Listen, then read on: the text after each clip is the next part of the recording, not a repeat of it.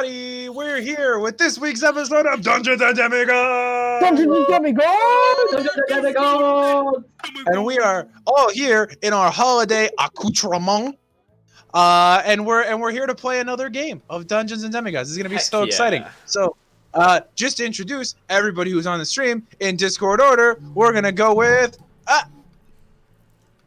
Hi, I'm Hannah, or Schooner Later, on TikTok and all the things, and we're not in Kansas anymore. We're in Texas. Hi, I'm... oh, wait. Hannah. Hannah, who'd you play? Who do you fucking play? Every week. She lasted 2 weeks. 2-week streak of not forgetting. Every week. Okay, she needs a minute. She needs a minute. She needs a minute. I play Adeline, the daughter of Aphrodite. Sorry. Yes, I play Adeline, and she is Aphrodite's daughter. And on Monday nights, I play the Paper Dungeon, and on Sunday mornings, what used to be Curse of Strahd, that I feel like I can't call it that anymore because of a wish spell. Thank you. Good to know. Luke, why don't you just go? Or Ben, why don't you go? Why don't you go next? Hello, my name is Connor. I'm the android sent by Cyberlife. Just kidding. Ha, fooled you. I'm actually Ben. Hello. I'm Ben does D&D on a few places, mostly TikTok. I'm on a few streams, including this one. I play Luke, who is the son of Zeus. That's me. Who are you? I am from ancient Greece. I'm from Detroit. I am Alexios, keeper of the staff of Hermistris Magistos. And I am here to play this strange mortal game. It's me. I'm Bertie the Bard. Damn it, if you had just committed to the bit, I would have just not said a word. Bertie the Bard, I'm a dungeon master over on this show's Mimic Sorodin campaign every Saturday at 7:30 GMT PM in the evening. GMT as of this week. And I am playing Cadmus Mortimer, son of Hades. And now I'll get back into my persona. And then... There you are, sweetheart. I've been looking everywhere for you. Sorry I'm late. I think you gentlemen were just leaving. Very smooth. September lasts all year round! Clearly. Hi, I'm Val. I use she/they pronouns, and I play Calliope, the twin of Cadmus and daughter of Hades, who uses she/her pronouns. I will now return to help the dragon.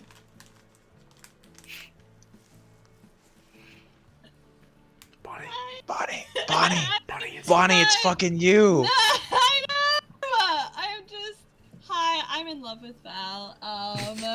And I'm Bonnie, aka this is hard with the wig. I'm Chaotic Bonnie.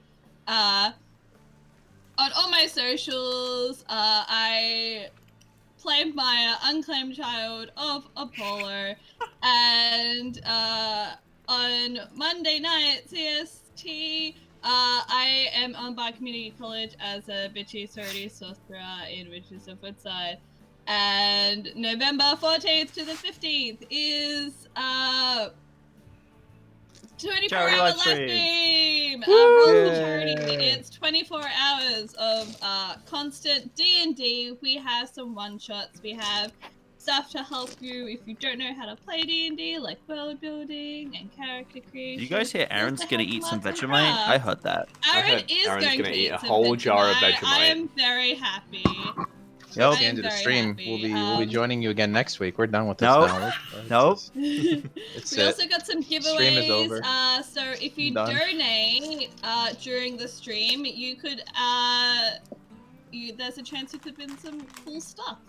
So yeah, 24 hours, and it's gonna be super fun. I'm going to be so tired, but you know what? Day. It's gonna be good. It's gonna be okay. We're moving on to the next person. I don't want to talk to Bonnie anymore. Oh no, you're not gonna like this then.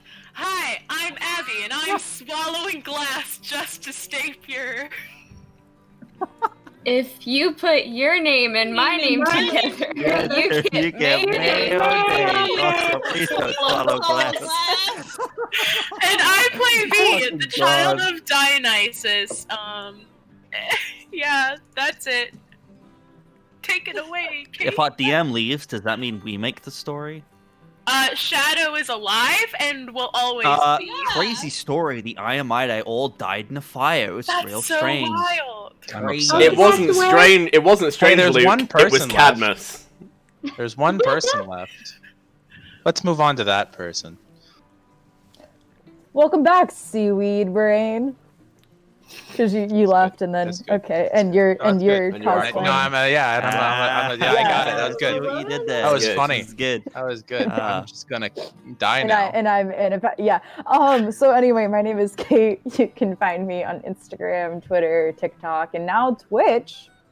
Under various things. If you find me on one, my link tree is there, and you can find me on other places.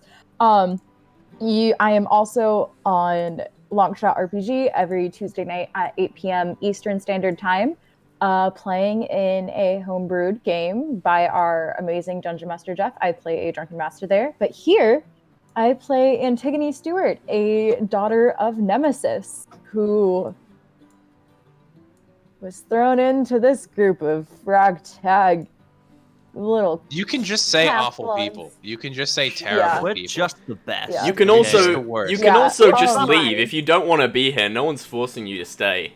But Oh, I thank wanna God. be Okay, I here. didn't realize it was a choice. But you notice I left, Yeah, and then no, nothing happened. You're not in the She any of the feels a semblance of prophecies. responsibility for you all now.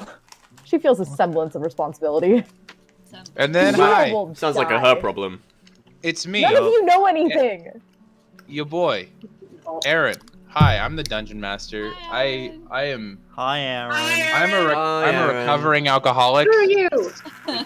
Recovering not as much anymore. Just Because like these Aquaman. Just like I'm not recovering. Hey guys, so let's Aquaman. Wait, fucking say that word again. Aquaman. Aquaman. Just like Aquaman. Aquaman. Aquaman. What am I saying wrong here? Aquaman. Aquaman. Just like confused. the Aquaman. wrong I've button. lost someone. I just. Your I- DM hit the wrong button. Good job, Aaron. Alright, we're gonna start this again. Hi. Ben for Hi, DM. everyone. The chat wants it. The chat wants me to be DM. Ben for Well- DM, let's do it. Let's do it. Oh, God. Okay. So now that shit show's over, I agree. By the way, with with Twitch chat because they said, "Hey, we thought introductions were gonna be short this week. They should have been." Mine was. And now I'm gonna kill a cat. This has So- been the most shenanigan-free intro of You know what? I think all the streams. I think Aaron's Fair has been enough. the longest intro. Not gonna lie, Aaron, you're I- on the team, down, buddy. Did I even start my intro yet? I don't know if I did. I'm Aaron. it's I'm the kind of DM. disappointing, buddy. I hate these people. So Yeah, you did So- your intro. You said your name. We all Wow. said hi, Aaron, and then you started talking about being an alcoholic. It was weird.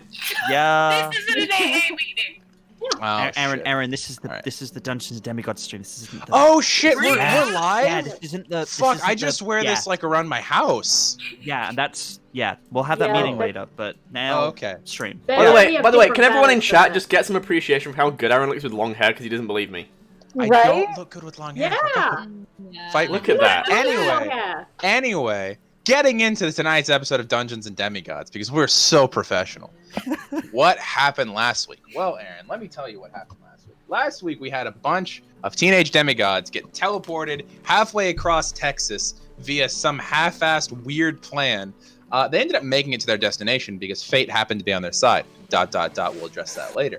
Oh no. They hiked for like a half an hour to a nearby ranch where they found a heavily guarded Pegasi ranch. That was pretty cool. It's owned by this guy, Chuck Beauregard, who's a son of Hephaestus, who's a little mean-tempered, but he ended up taking in the demigods and letting them stay at his home and rest and recuperate before taking them on their way towards their next location. So after they've spent 2 days now resting at the Pegasus Ranch, we ended off last session as Shadow, the guardian of one of our members, of V, the child of Dionysus, started making his way up the driveway of Chuck's ranch, and there was a lot of sobbing, if I remember correctly. Oh, was there? Some Was words there? were said that broke Words. everyone. Some I words were learned. said. I think we're just gonna go ahead and bring it back to that moment. Most of you have rushed around to the front of the house at this point, and you see V standing there in shock as her injured small black cat is making its way towards the driveway of the ranch. See, what y'all don't know is that I did all these drippy things so that when I sob, like, you can't tell.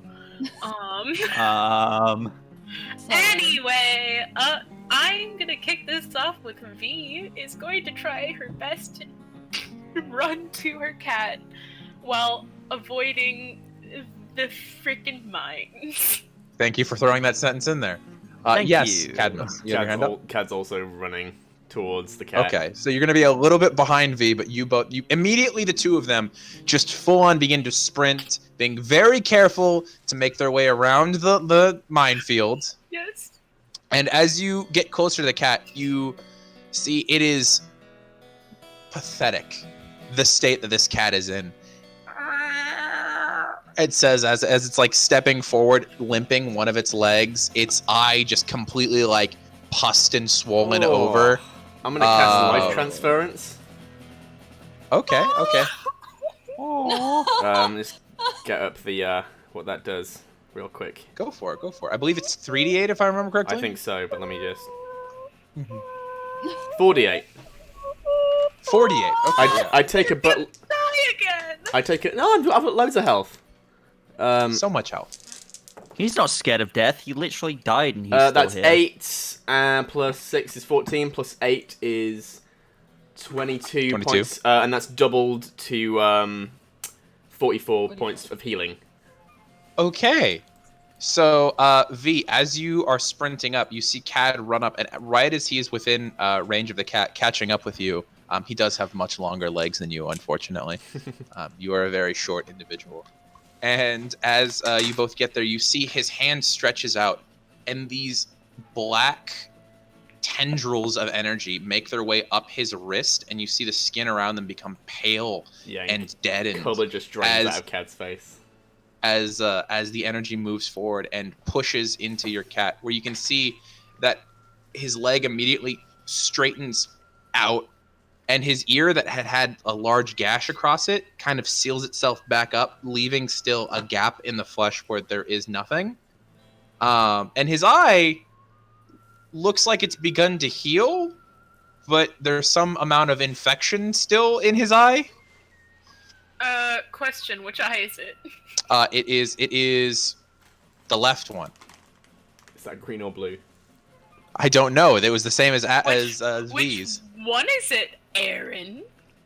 We're gonna go over to this one section right here and open up some notes, some smexy notes, and go Left over eye here. is The blue one. The blue one. I found it before you said it. Fight me.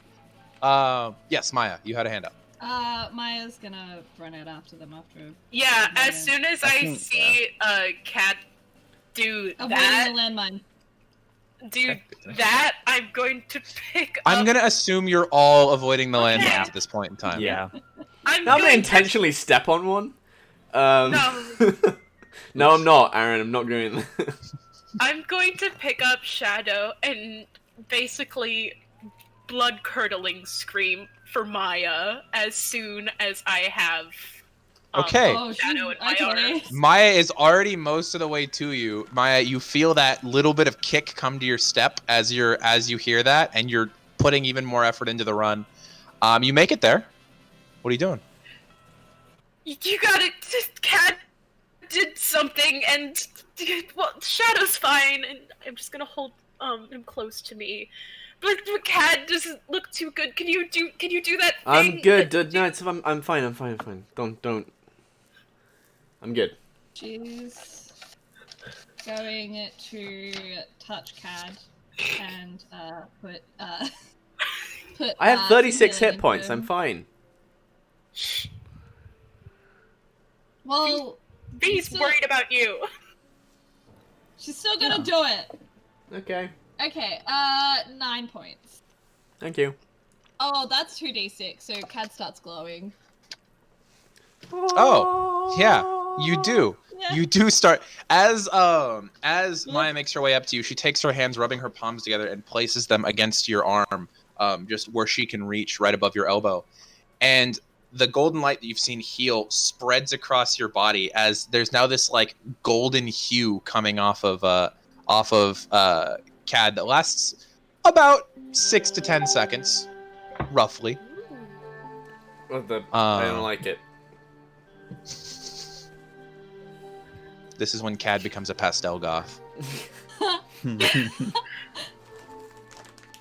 Emo Thor, he's just Thor.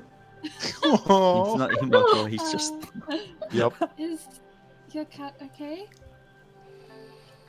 I look at my cat. As you've like scooped it up into your arms, is just completely passed out. Just Oh. Yeah. in your arms. He's okay, and I'm gonna kind of shift He's the all weight tuckered out. to one arm and throw the other one around Cad, even though I know he's gonna hate it. Mm-hmm. He's a good boy. Thank you.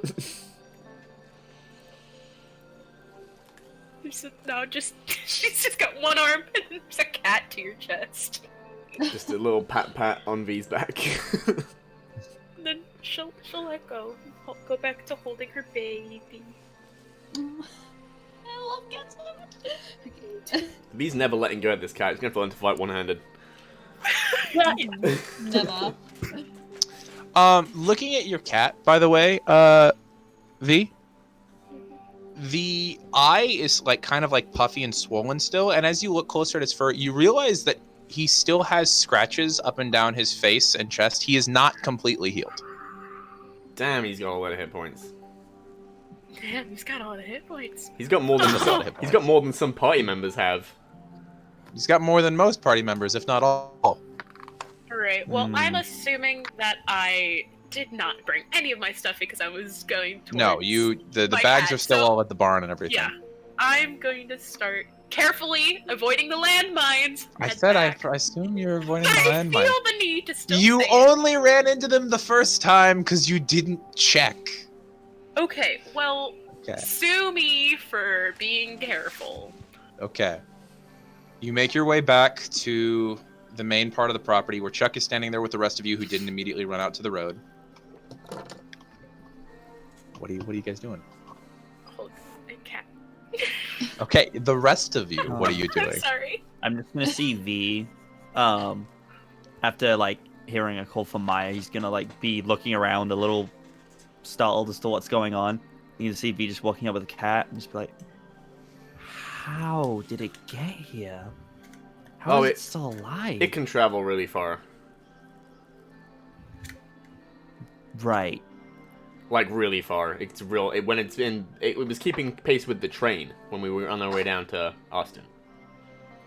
It was keeping trace. That's The Aaron. As I'm sitting can here hearing throw, about what like, this cat 10 can do. feet. Okay. I'm sorry, I didn't hear what Bonnie had said. I was listening to what Kay had said. Bonnie, I can get you in just a moment. Sorry. Is there I any? was just saying. Sorry. Go ahead. No, I was just telling you that it grew 10 feet. It can grow 10 feet. That's just Right. So as I'm sitting here listening to everything that this cat can do, are there any creatures in Greek mythology or anything that I can think of that this cat might actually be? Roll your choice of a history or religion check.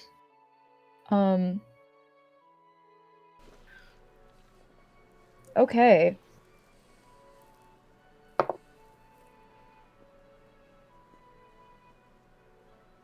That's a 12. 12. Easy enough. The first thing you connect is, oh yeah, V's dad, Dionysus. This cat, probably some form of one of his sacred animals happening to be the leopard and the jaguar and large cats like that. You can't think of a specific monster, but Okay. that line connects in your brain. Okay. I mean, that's a pretty remarkable cat. Her father, I mean, you said that this cat has been with her for a while, right? You'd have to ask her. We only met a couple weeks ago. Oh, well, I'd assume that her father sent Shadow over her to keep an eye on her. Yeah, Sometimes there our parents do that. Wasn't like the vineyard's meant to be protected by some big cats, right? Yeah, leopards are kind of her father's sacred animal, big cats. Sometimes our parents do that. They keep an eye on us without directly letting us know.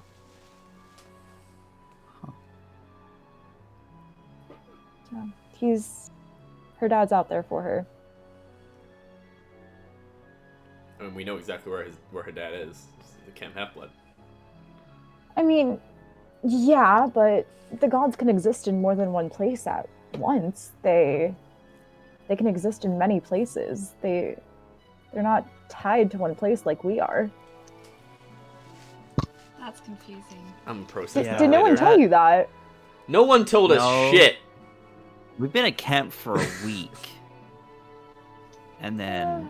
And the migraine slowly grows. Listen, I asked if it was kind of against the rules for like a bunch of new people to go on a quest, and everyone just laughed. So it's like they taught me about monsters, battle tactics. We played a game of capture the flag, and then it's bye-bye. Go save the world. Yeah. Right. Yeah, that's happened before, but usually it's not a whole bunch of new people at once. That's a little weird. I didn't even get my special sword I made. You made a sword? Yeah, with Luke. We made swords, but they're not even ready yet because we weren't at camp long enough. Yeah. Well, Addie, when we get back, we'll finish making those swords, and somehow we'll make it pink. How's that sound? You want it pink? Oh yeah, there's apparently this like rose gold wash you can put on celestial bronze that makes it pink, and I'm definitely doing that. You have a pink dagger. She needs an aesthetic. I can definitely. Yeah, I have a pink dagger, but maybe I want a pink sword, Cad. I'm sorry, did you say you had more pink things? She's got a pink and purple dagger. She's been using it this entire time. I was. But listen, talking to I don't Annie. have a pink sword. Oh, well, I don't have anything pink. Pink isn't really my thing, but my best friend, she's child of Hephaestus. She's pretty good with making things. She could do pretty much anything you want. If you want a pink sword, she'll get you a pink sword and a few extras on top of that. That's really cool. Yeah, actually. She's really cool. Would we have met her? What was her name? Lita? You did not meet Lita while you were at the Hephaestus cabin. No. Jake. Oh. It's a pretty name, but I don't remember meeting her. No. Yeah, she's Met Nessa, but she's pretty short. Hair's always just pulled back. There's like grease in it all the time. Actually, Addie, I don't know if you remember this, but I had mentioned to you at one point that there was somebody who was like had a lot of caffeine in the Hephaestus cabin. I don't know if you remember this at all. I do remember that, actually. But that's the image that starts to like in your brain. Yeah. Okay. Yeah. Well, Goes then, through notes because I write down every time you guys meet an NPC. Well, then that's it, Wait. Luke. That means that we have to come back because I have to get my pink sword. So that means we're coming back, no matter what. I don't know. I mean, I think you got a pretty... yeah, absolutely. Thank you. Yep. Out. Yep. Okay. Sorry, Luke, I get a little excited about pinky promises. All right. Okay. That's going in my notes. Can you all remind me if any of you have levels of exhaustion still? Can you remind me as to what they currently are? I think I'm on 2. You're on 2 because you had gotten rid of 1 and then gained it again. So if it's we've been here 2 days, right? You've been here 2 nights. You've been here 2 nights. Then I have none. Okay. And I've got 1. So okay. Yeah. Which means Val wouldn't have any, right? No, Val hasn't been sleeping. Val is purposefully sleeping, not sleeping. Listen, it doesn't make sense from a player standpoint, but goddammit, if Kelly's going to bed anytime soon. Good to know. I was just asking for the reminder. I appreciate it. Yeah. Are any of you choosing to do anything? It's still like mid-afternoon at this point.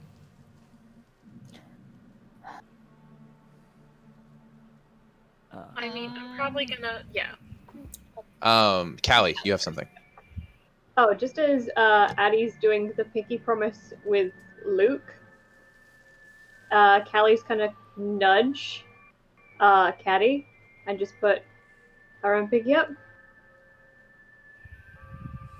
Not looking at him. Now we both have to come back. You pinky promised it.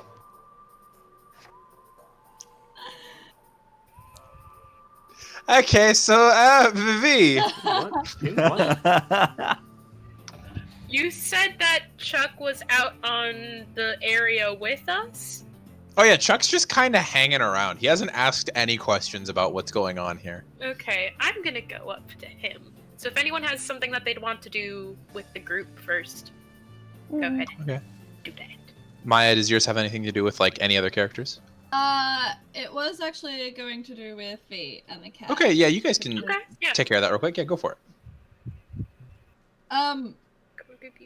I could try healing him more if you'd like. I mean, he's still not great. If you want to, she's gonna hold his body kind of out to you. I want to try and like see if I can heal him over like a period of time, but kind of More using, effectively. like, Okay, I can see what you're saying. but like magically healing him, but over a period, kind of like ritual casting in D&D terms, but We'll talk about that. healing. We'll see that in a minute. I'm gonna check some other things. That's gonna take a hot second to do. Okay, let's see here. Callie, what did you have, real quick? I'm just gonna. Callie will dart over to Annie and be like, "Hey, there. Are you busy in when we have rests or like in the evenings of this adventure we're having? 'Cause we didn't get taught a lot at the camp, and if you could teach me, like we are in the Karate Kid, I would really appreciate that, because I think our chances of survival will exponentially raise if I learn to like wax on, wax off, all that stuff.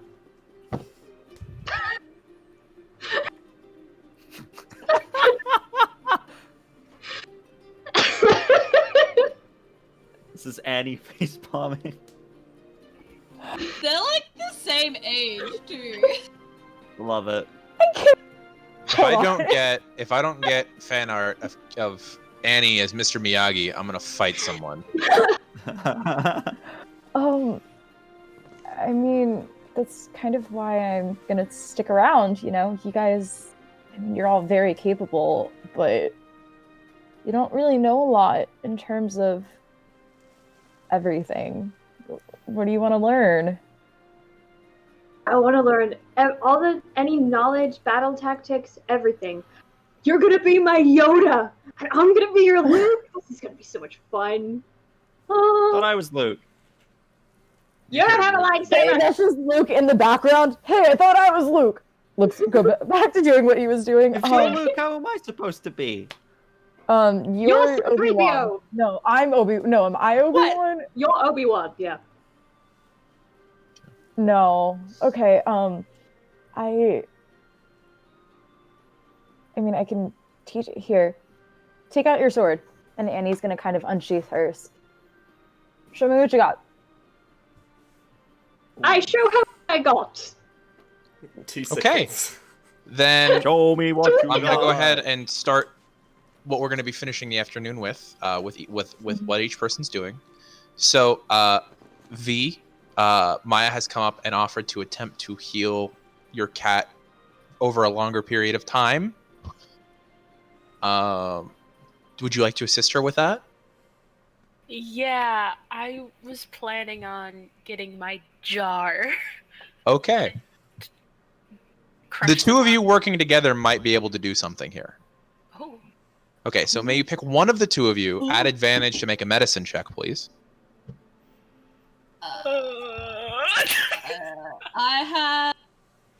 I do not have a proficiency, but I have a +3 in medicine. I think V's a little too shaken up to do any medicine checking right now, so you can do advantage. Oh, okay. Oh, okay. Okay. I believe in you. Please You got this. don't screw it up. Okay. So let's say 20. Oh! Saucy 20. Okay.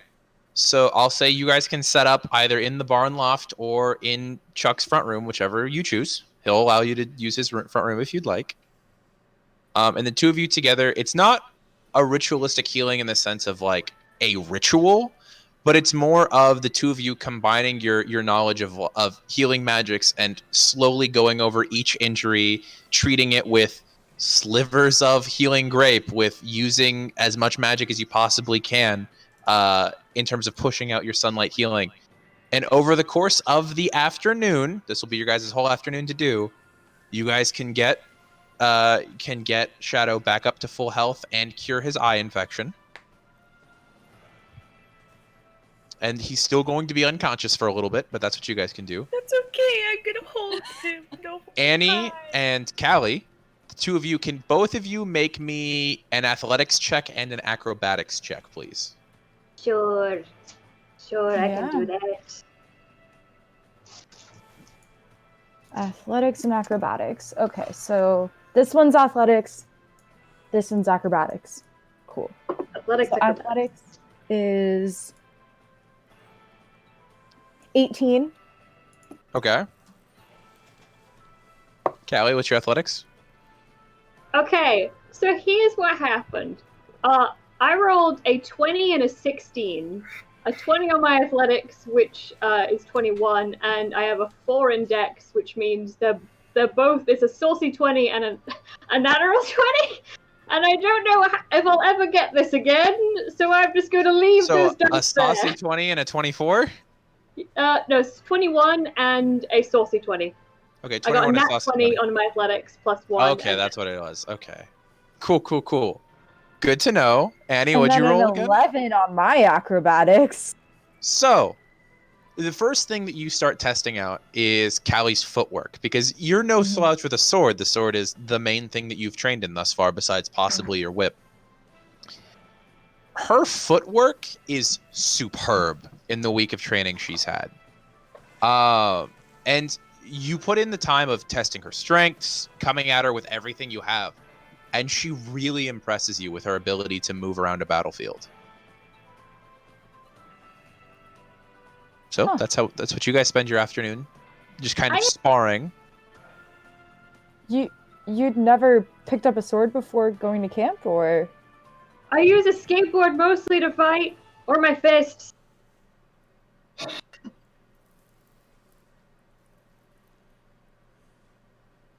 You're good. Do you think? Yeah. Big 3? Yeah. Do you think, can we keep training? I like feeling useful, and I like training with you. Yeah. Yeah, we can keep sparring. Teach you what I know. Was at camp for a couple of years, so picked up quite a few maneuvers.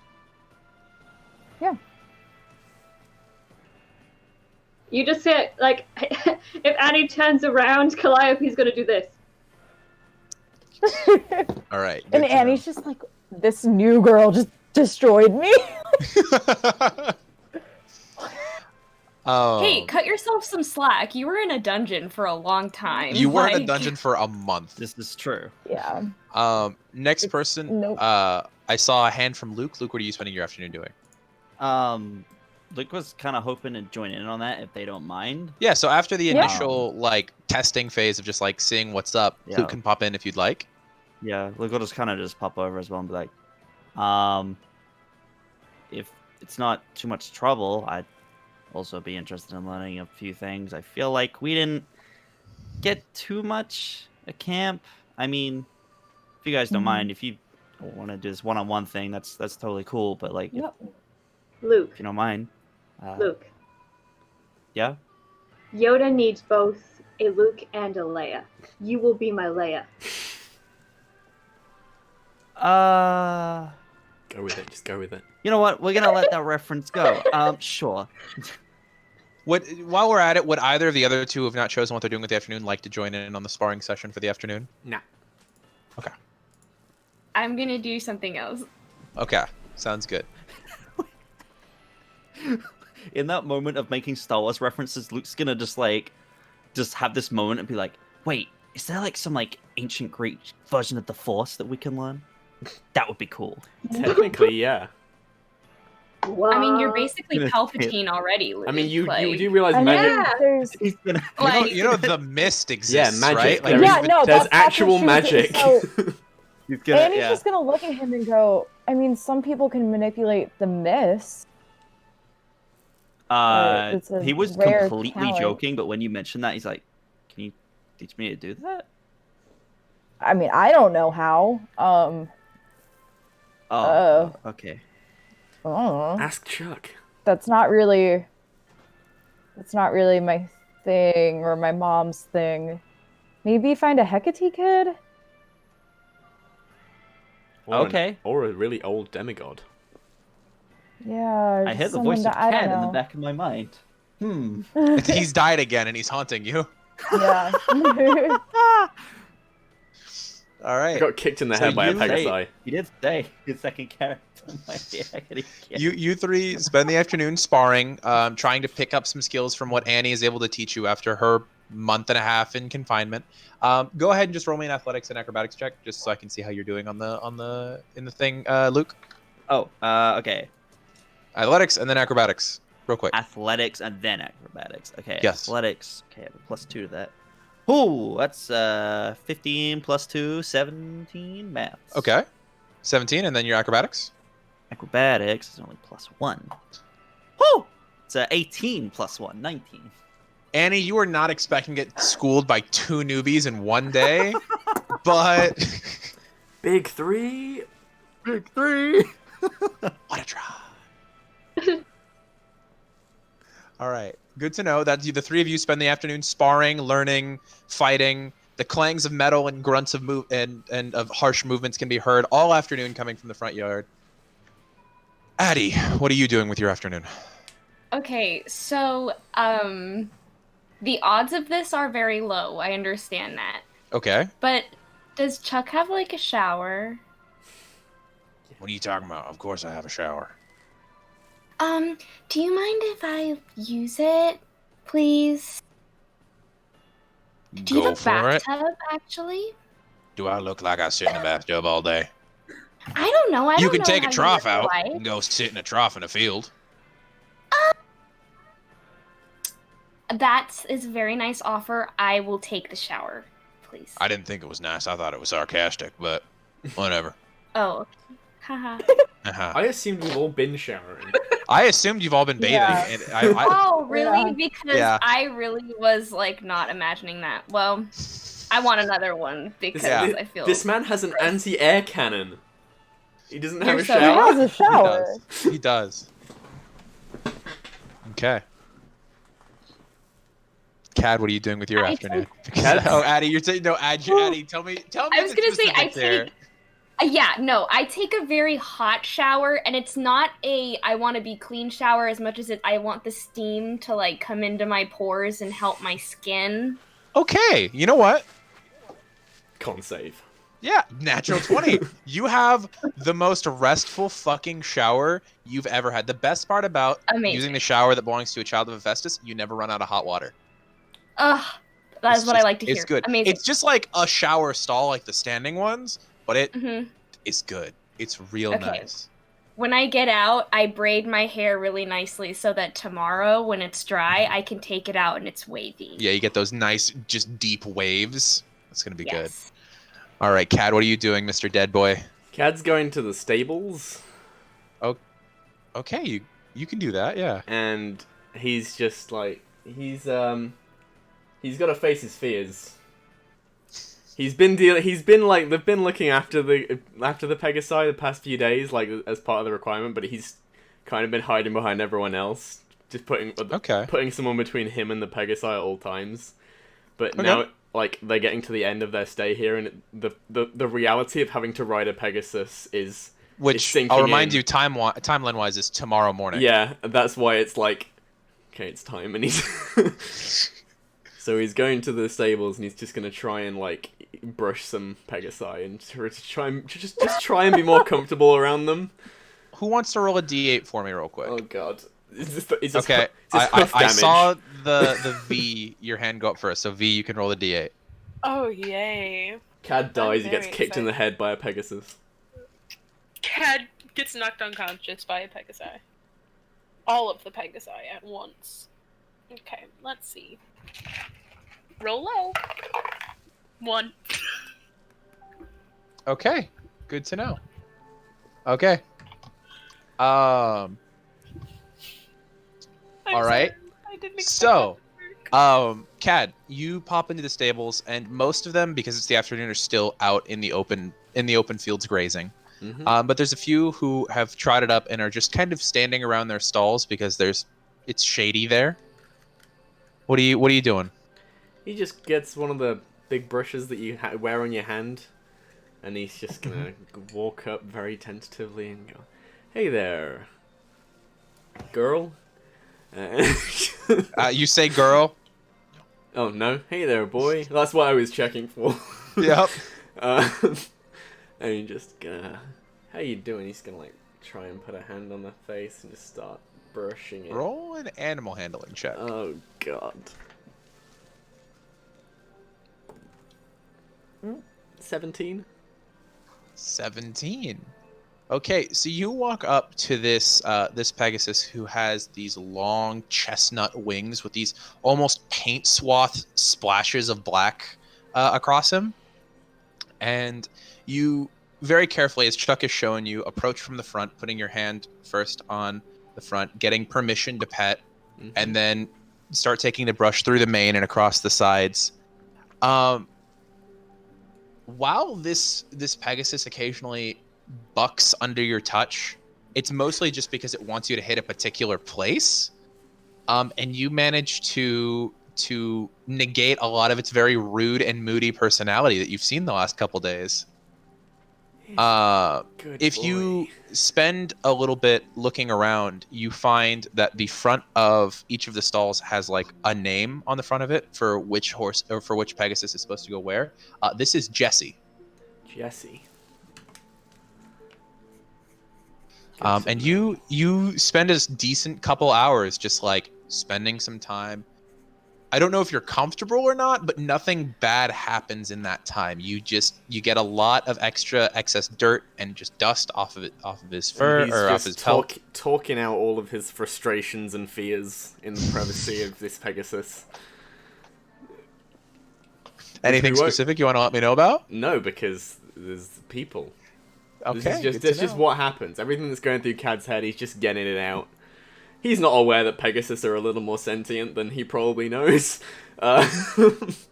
Actually, as you begin to talk and vent your frustrations, talking about just different things you don't enjoy, occasionally you'll hear like a neigh or a grunt that starts to sound like it's talking to you, but in horse language. It sounds like it understands what you're saying and it is kind of validating your opinions. Like, yeah, she is a bitch. You know what I mean? That kind of like hype friend conversation.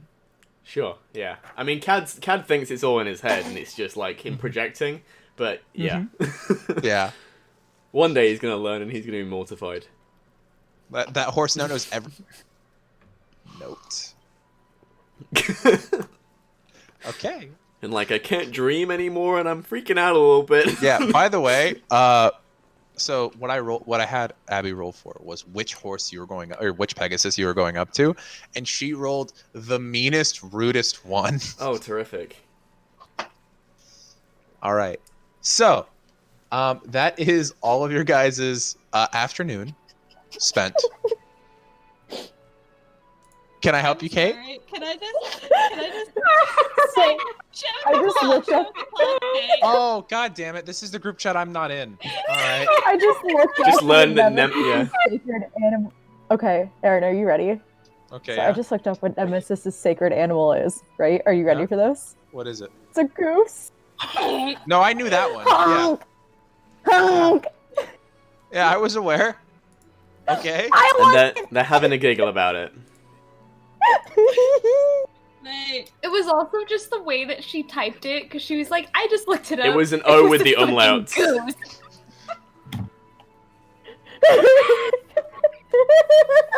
Okay. Anyhow. Let's just have a good giggle about that for a few seconds. I'll let you keep going. I mean, Hades is a It's screech the owl. intro. Yeah, screech owls are cool, It's though. the two Yeah. emo gods, and just like the goddess of vengeance. Just imagining her like, I seek vengeance upon you, Hank. Next Nemesis item appears that to you in a Annie's dream. getting is just the ability to turn into a goose. So does this mean I can talk to all geese? Hang on. You haven't tried. Oh my god. Oh. Do I have an that'll be army good. of asshole birds? All right. So,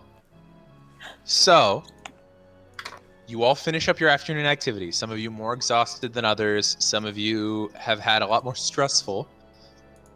Because actually, Addie, as you step out of your shower, you step into the front room where there are just your two friends kneeling over a slightly bloodied and bandaged cat that they've been working on all afternoon while you've been in the shower.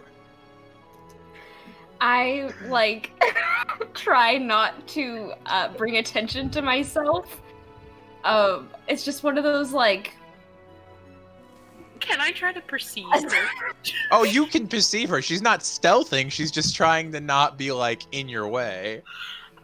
By the time Addie gets out of her long-ass shower, would we have kind of got the Shadow situation under control? Yeah, Shadow at this point, his eye is wrapped in whatever gauze you could get from Chuck's medicine cabinet.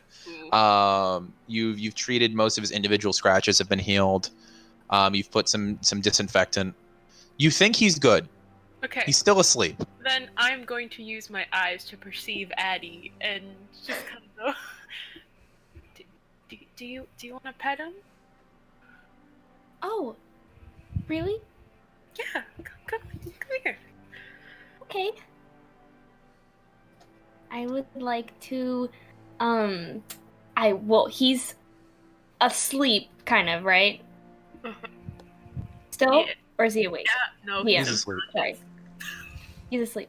Well, I still want to let him sniff my hand. Like, I still, like, even though he's asleep, so that he doesn't, like, get freaked out and be like, someone's touching me! Okay. So I, like, just want to put my finger in front of his little nose for him to perceive. And then gently on the back, not anywhere near his face, I'd like to avoid any sort of scratches or gauze and give him a pet.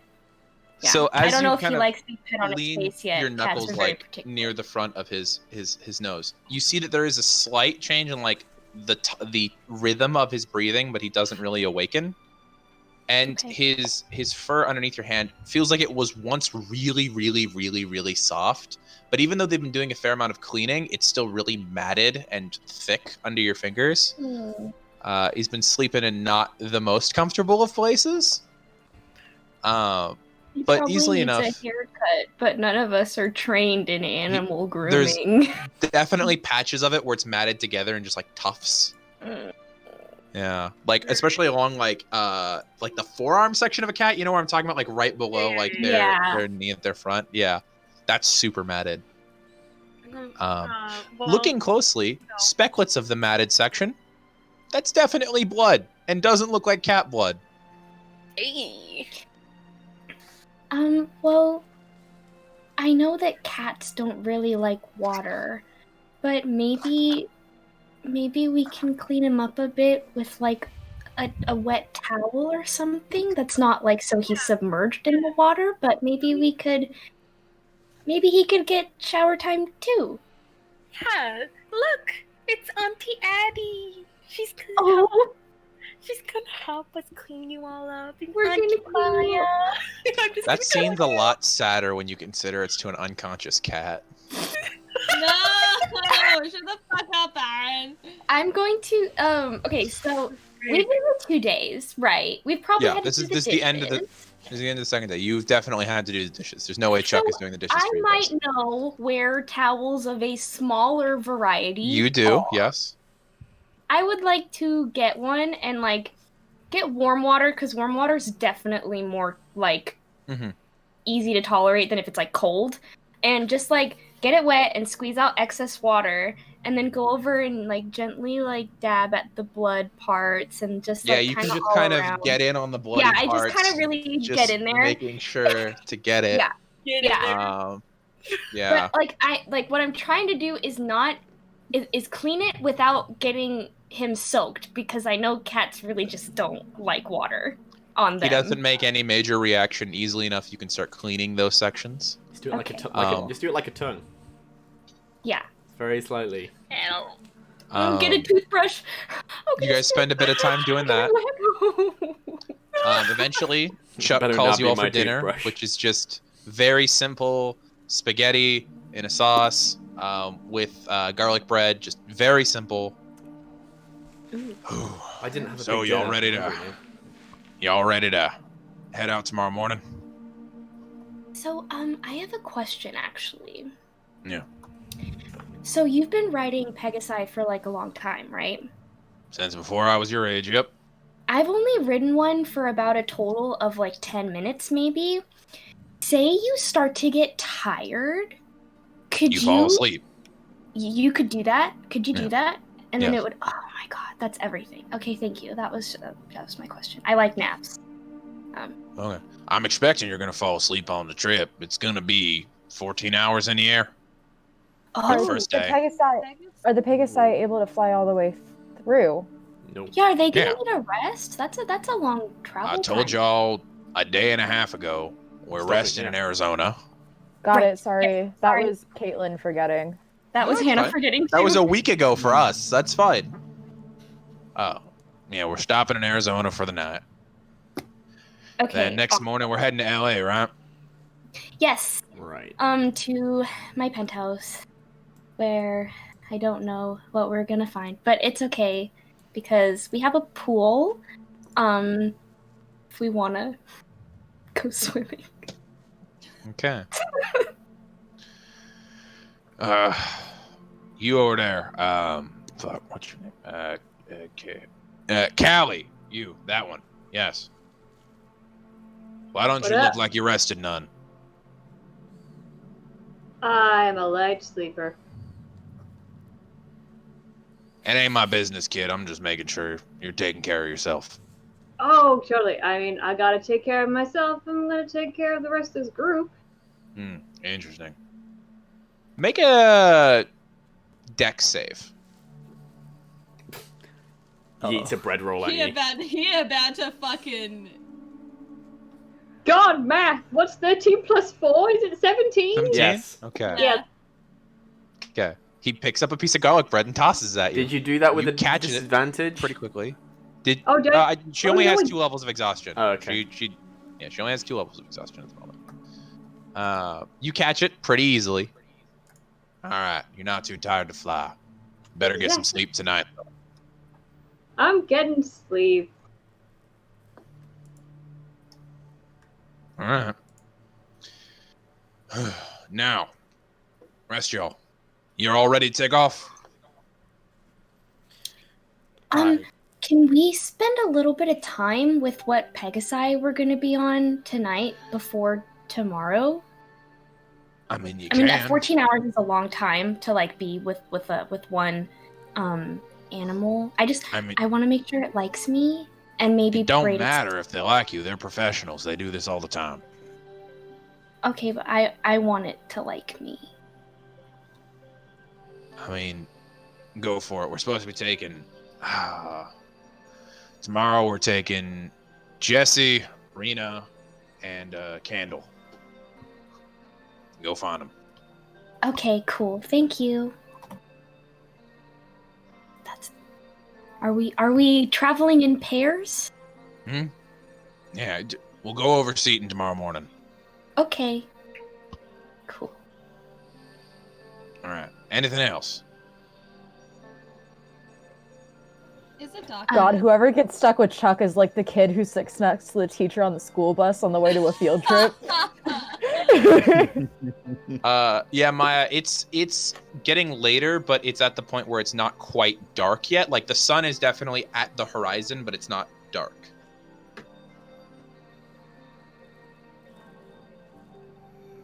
What are you doing? Is there a way I could shoot with the bow that you gave me? But it's getting kind of dark. Is there like a light I can take? Give me a second. And he walks over to an outside, like, gray box on the outside of his house and opens it up and flips, like, 3 switches. And as he does that, you hear... As across his yard, there are several posts that come out of the ground and on as there's, like, football floodlights that just flood his entire property with light. Turn them off before you go to bed. Thanks. So And cool. after dinner, she's gonna take. Okay, we'll get there in a New second road. then. We're not quite there yet. We'll do that in a little bit. Okay. Anybody else have anything? No? Before, Okay. Is there before going extra to bed, garlic bread? Yeah. Is there? There is definitely extra garlic bread. Chuck always keeps it on hand. I decided to have extra today because it's a pampering day. It's a self-care day. It is a self-care day. And then I did not hear Cad or Luke's question. I'm going to do Luke's first and then Cad. Sorry about So- that. Oh, I think Kat and I both I don't think want to do stuff before bed. No, yeah. Okay, well then we'll get to that in just a moment. Yeah. I just wanna Because- say, Mhm. Annie, like, Callie kind of plunked herself down next to you with her book and was like, so what tactics is, I'm never really good at it. So if you coming from this side and you attack from here, and it's just like I've been rewatching a lot of sports animes. There are anime sparkles in her eyes, and she's like, "Yay, Yoda time!" Yeah, I mean, maybe after dinner we can go over it. Sure thing. I appreciate how enthusiastic you are. I really like this garlic bread. Bread's good. Yeah, you guys are fucking tearing through it. He made like 3 baguettes worth. And, good garlic bread. Yeah, Very and good. Annie. Only 3 baguettes. Addie, sorry, Addie. As Yes. you're having a self-care day and you have that moment where you reach over and there's 1 piece left in the bowl, and right as your hand touches it, you hear, and for a second, your brain equates the alarm that's going off to you grabbing garlic bread for just a moment. But all of you hear this as suddenly these posts that had been up begin to flash red lights and sirens appear out the top of them. Hold on. Oh, And you shit. see that the turret, which had been open on top of the barn this entire time, Oh shit. is pointed towards the front yard. Cad takes out a shotgun. I don't like Okay. that. Okay. Sword's ready. Okay, you all have yeah, your whip weapons it out? Are you My making sword your is way out. to the front yard? I didn't want to have to deal with this today. I am staying inside. Okay, so you run into the house because you're all out in the backyard right now. Inside, staying where it's safe. Okay. Not Cad's- going- I Cad's will running to do the front gate. same. Well, Okay. Annie's kind of like has her Yeah. sword out, but she's like back against the wall trying to like peek around to see who's there, what's going on. trust Maya, to catch you Yeah. up, what you missed is alarms are going off, sirens are going off, the turret is pointed at something near the front yard. Anyone who is going to the front yard, anyone who's not, raise your hand. If you're not going to the front yard, raise your hand. Okay, those 2. I'll get to you guys in a sec then. Everyone else, Chuck is going to immediately take charge, grabs Gretchen, his shotgun, off the ground and begins to move. And you hear as he loads her as he's running forward. And you turn and you don't see anything large immediately. The yard is mostly empty until you see 3 lone figures walking up the driveway. You see a woman in a tight business suit with blonde hair pulled back in a ponytail, wielding a bow. You see an older gentleman with a long white beard and a cowboy hat and complete with spurs. 2 6-shooters on each waist. And you see another gentleman in kind of like a grayed out jacket with a pair of glasses on and like side-swept blonde hair walking up to the front of the property. It's Johnston, Duke, and Charlotte. They are all still walking up the driveway. They can see you and seem to be making eye contact with you all, but are still walking towards the front of the ranch. Okay, Kaz's just gonna Duke. These are the guys who held us captive. I gotcha. Now, kids, why don't you find your way back to the backyard for a little bit? You sure? As he's saying that, is Luke gonna do that? He might. Luke is gonna, with this how like tense the situation is, but a lightning's gonna spark off his hand. And he's gonna try and just blast the space in front of him, just to deter them from moving forward. No. Oh, God. Cad, can you roll me a d10? Callie, can you roll me a d10? Oh, I gotta see if he hits a mine. All right, Cad. No, they're way away from that. Val, no, they're the like mine, maybe obviously. 10, 15 feet Val, from the mine. you do the field. percentile, I'll do the 10. You didn't specify that. You didn't specify that. Okay. You did not specify that. Okay. Would you like to continue to do that, knowing that you run the risk of hitting a... There we go. There we go. Thanks for telling me. You're welcome. Okay. Cat. So when Chuck tells him to go, he's gonna do what he says. He's gonna leave, and then once he's out of sight, he's gonna go invisible, and then he's gonna come back, but he's still gonna hide behind something in case they can see him when he's invisible. Okay. The exact same thing. So Cad and Callie, you guys begin to move back. Addie V, you two in the backyard at the moment, kind of up on the back porch, see all of your friends rush to the front yard, and after a few moments, they all come back around the side of the house. Anyone who is coming and listening to what Chuck is saying. Okay. Chuck, are you sure? I know what I said. She's just gonna pat him on the shoulder as she turns away and walks back to the backyard and kind of nods at the rest of them to follow her, and she casts Warding Bond on him. Good to know. So as you kind of like pat him on the shoulder, there's just like a semi glowing gold band that appears around his wrist, and he looks down on it. Good gesture. I don't think we're gonna be needing it though. Just go ahead and head back. She's going. Just... I'm gonna turn around and leave. Okay, so the rest of you make your way to the backyard. Cad, Callie. Follow Eddie's lead. Okay. Luke also goes. Cad and Callie, when you hit the backyard, go ahead and roll your stealth at advantage with your invisibility. Yes, Maya, you had something else? She is it only takes a minute to cast, but I don't know if something's gonna happen before then, but she's going to cast Augury. She's gonna quickly sit down with her journal and start drawing, and she's going to ask if what would happen if they had, I don't know if it's because it's like, hang on.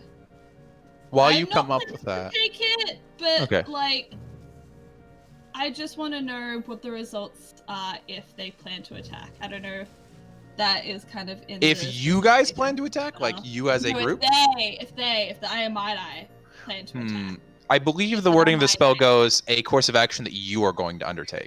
Yeah. Okay. Yeah. So, if you'd like to ask a different question, that's fine. I'm going to say if we stand back and do nothing. If we just wait here and do. Good to know. I will keep that in mind. About to draw. Did you both draw Chuck's corpse? I rolled a natural 22. Okay. I rolled 19. Total? Okay. So the two of you begin to move back around towards the front of the house, where you see Chuck is standing with Gretchen loaded, pointed forward, standing in front of the minefield, and the other three are now completely at exactly before the minefield. They are inches before the first mine, standing right outside of that giant arch that you'd all passed under on the way here. Mm-hmm. Now I know y'all are the ones chasing them kids. Why the hell you at my property? And you see that the two of you who are there would see that the first person to speak up, to kind of step forward, is Duke. As he begins to speak, you see that the woman who you've briefly heard of, called Charlotte, hold up her hand. I apologize if we are trespassing where we are not wanted. However, those kids are of utmost importance for us to apprehend. That's some mighty fine words there, lady. I don't know what you need them for. To be honest, I don't really care. You stay on that side of the property line, we're fine. We're not planning on encroaching in the immediate future. However, we and the entity we work for would prefer if you were to release your charges to our custody. This is something of the utmost importance, and we can't take no as an answer for this conversation. Well, you gonna have to go back to whatever entity that's supporting you and take my boot out of your ass, because you ain't getting them. You can fuck right off. Let's go, Chuck. We were afraid Chuck's you would say... We were afraid that that's what you would say. Actually, wait a second. Good to know. We were afraid that that's what you would say. So we are going to give you 12 hours to think about it. And should you decide that you would not like to turn them over, we will take action. Now listen here, Missy. You're gonna have a hell of a time getting over that property line. Just sure as shit, at least one of you is gonna die. You wanna take that risk? I'll see you at dawn.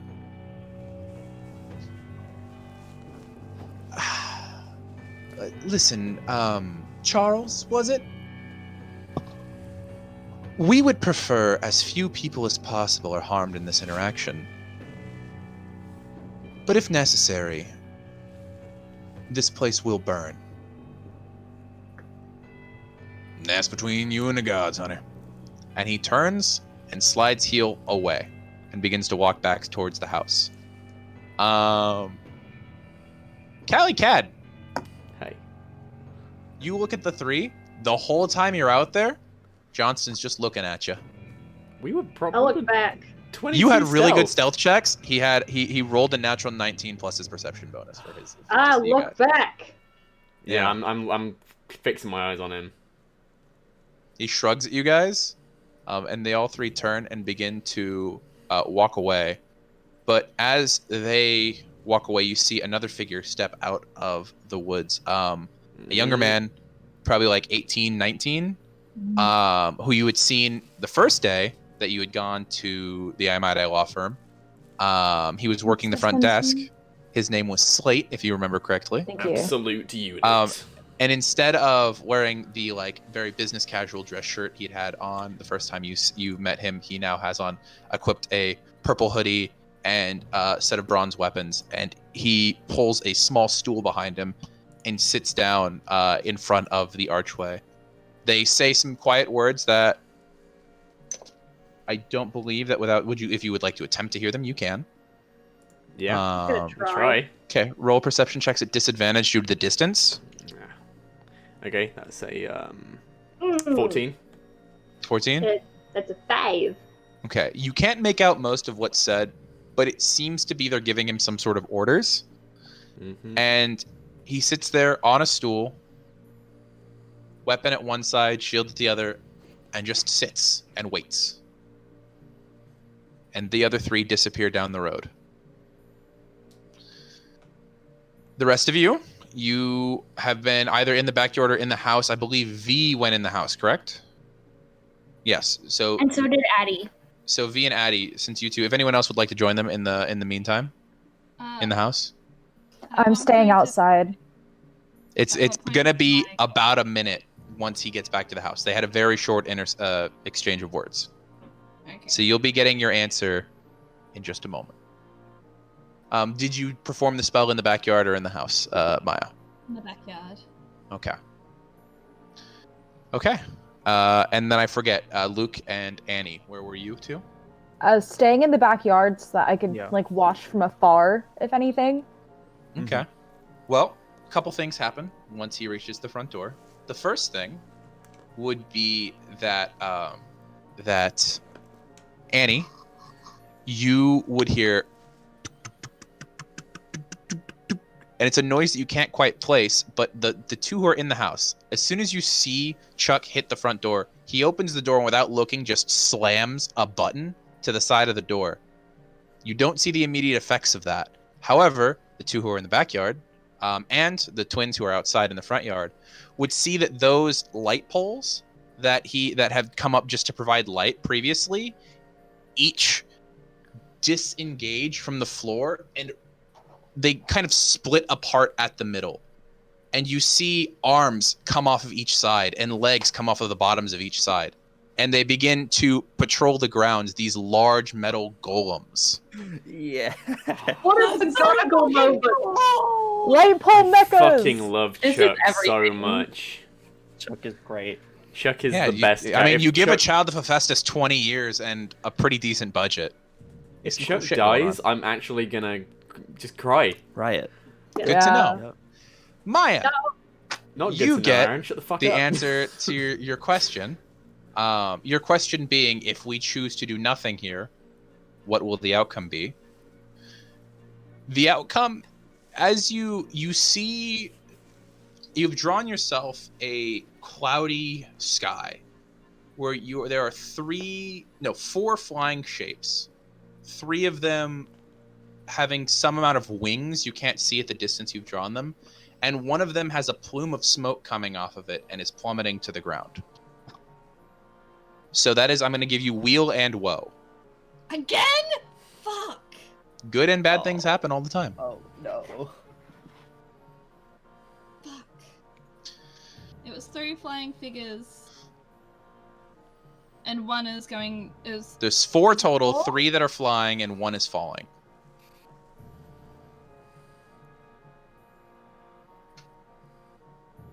The rest of you, the twins, you see Chuck go inside and see these golems dispatch. The rest of you, are you doing anything that are outside? Cad Invisible is gonna start patrolling the grounds searching for Terry. Okay. Good to know. It's the one Iamida he didn't see, and he's so certain she's gonna try and sneak in. Yep. Good to know. Callie, what are you doing?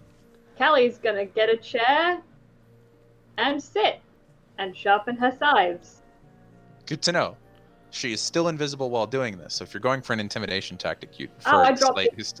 Okay. I've got the invisibility and just stare. So you grab one of the chairs off the deck and you walk over, sit it in front of the minefield, and then you sit down and drop the invisibility.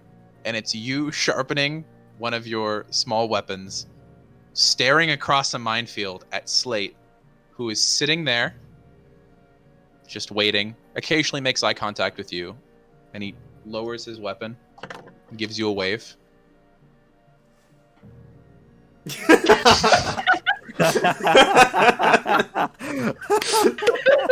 Twins! That's so Callie, and I love it. That was He everything.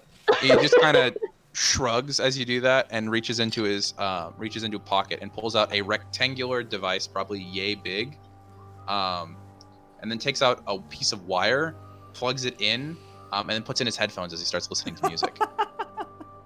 You motherfucker. Starts You motherfucker. assembling a bomb. Perception check. What's he listening to? Oh shit, Katy Perry.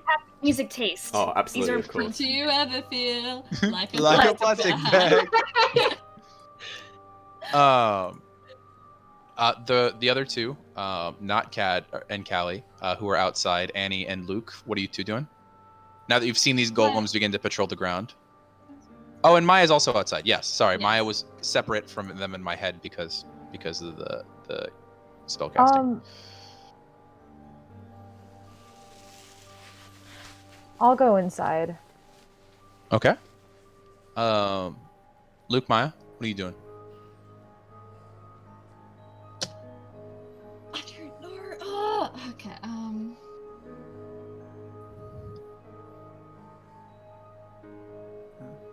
Luke's not gonna leave Maya outside by herself, so he's. So Maya, are you staying outside or are you going inside? She's just gonna look at the drawing for a short moment. Would she show Luke or not? She's not hiding it, so Yeah, it's just out. it's- You can see it if you'd like to. Yeah. Okay. Yeah. I think you would look then if she's not hiding it. What? Remind me what it was. It is a semi-cloudy sky with 3 flying figures and 1 falling figure with a plume of smoke coming off of it. Ooh. Something good and bad is going to happen.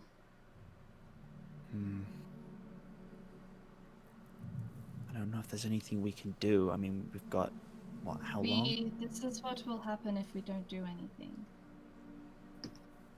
What can we do?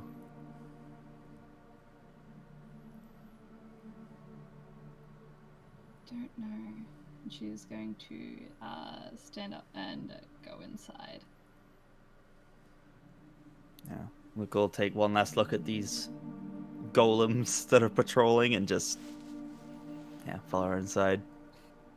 So, everyone who goes inside, you see that Chuck, after activating the golems, walks over to his small fridge, pulls out a beer, cracks it, walks over to his large reclining seat in his front room, sits down, clicks on the television, just sits and throws on a soccer match, and starts drinking a beer. What a big dick move. Yes, Annie. I love him, but fuck. That's it? You're just gonna sit down and watch soccer? What are we gonna do? We have to leave. We have to go. Yeah, we leave it in the morning. Already said. And what if they're still out there? Then they're still out there. And they got about 10 tons of celestial bronze gonna kick their ass if they try and get in here. What about when we leave here? Don't you think they're gonna follow us? They might. And we'll deal with that in the morning.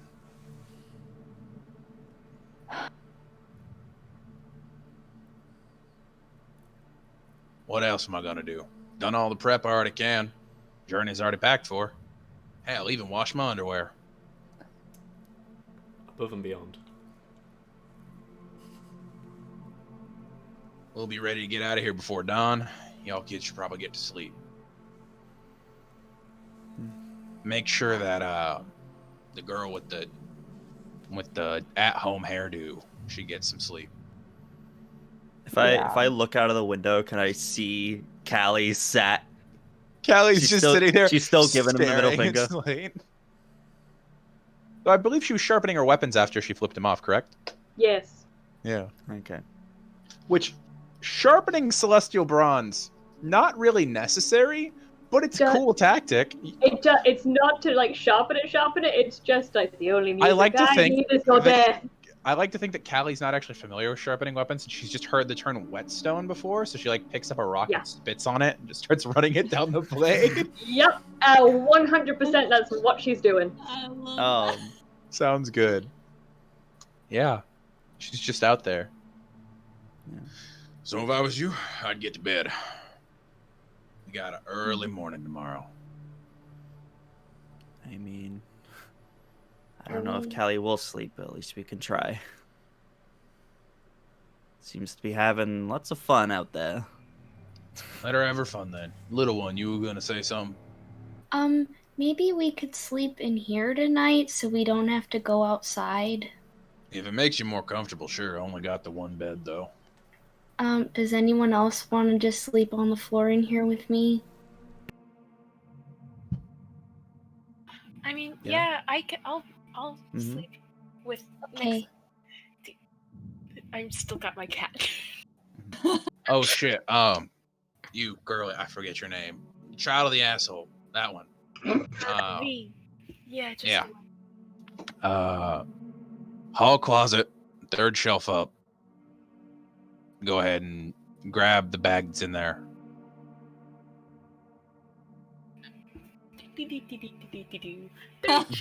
grabbing what's on it. What is it? Okay. It's like a very thin, like black cloth bag that hangs across like your shoulder. It's almost like a satchel, but the pouch is on the front. It looks about the right size for like a 2-liter soda bottle. Oh my god. Is there like holes in it? Like, I mean, it's not like meant to like breathe. It's meant to like be like a carrying sack. So like it's a porous material. Like air will move through it. You're not going to suffocate anything in it. okay. Matches my outfit. I just want to make sure you don't drop off your cat 10,000 feet in the air. Oh, I didn't think about that. Yeah. All right. Get out of here. If you're sleeping in here, you can sleep on the floor of the office. I'm going to use the front room for a while. Okay, thank you. Blankets are in the hall closet.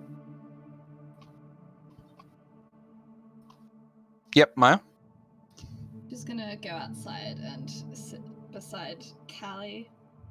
So as you walk out to the front yard, Callie is sitting there with a very wet rock in her hand, and running it up and down the edge of her sword. And you see there's the bigger guy, probably like 6'4", thick, heavy shoulders, sitting on a stool 20 feet in front of you guys across the minefield. And he waves as you come by.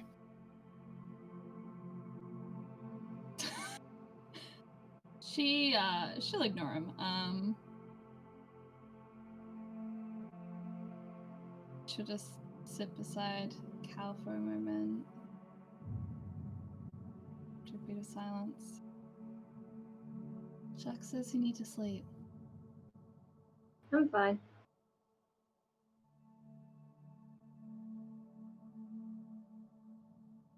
We're gonna be flying tomorrow.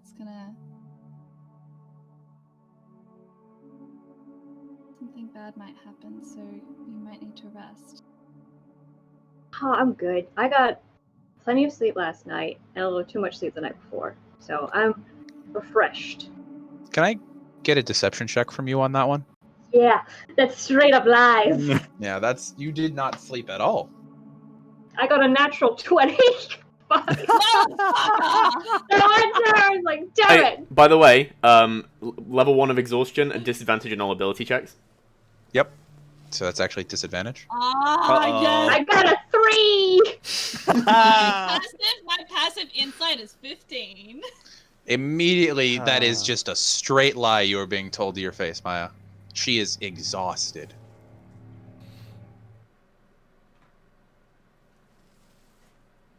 Is there anything I can do or say to get you to sleep?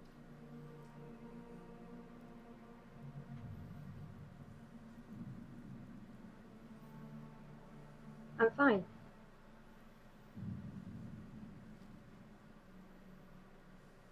You want to get better, right? You want to help and protect us?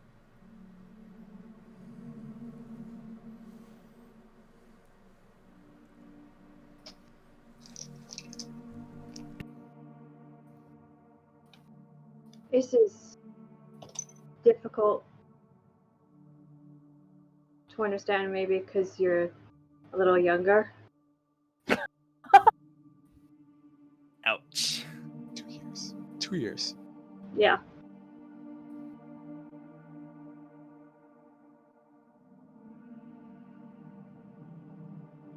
Every time I try to sleep, I hear the clacking, and I have to wake up because it means she's coming. And every time I close my eyes, I see my brother dead, with a knife in him, and I'm covered in his blood. And every time I close my eyes, I see her eyes, her eyes, these gold eyes that burn into me, and I can hear everyone else in our group dying, and I can hear them screaming, and I'm like, why am I sleeping when everyone is dead?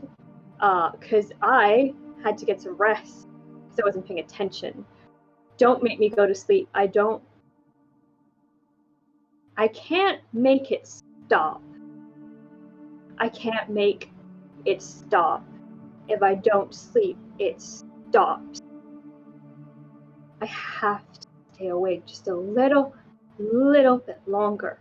Okay? Just a little bit. I'll be fine as long as everybody... I need to stay awake. So I'm gonna patrol tonight. Caddy went looking, skulking, invisible. Someone should find him and tell him to... we should take turns patrolling. Terry could be here and she'll get the jump on us again.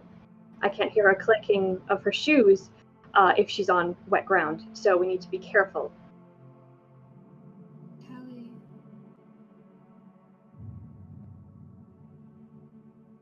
I know.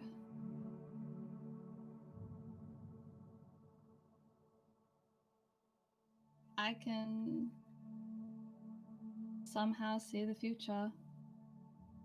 And I've drawn things that really scare me sometimes. And I still draw. I still take that risk of drawing something that I might never be able to unsee.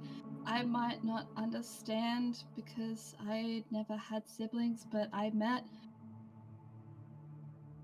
Will, and I knew that if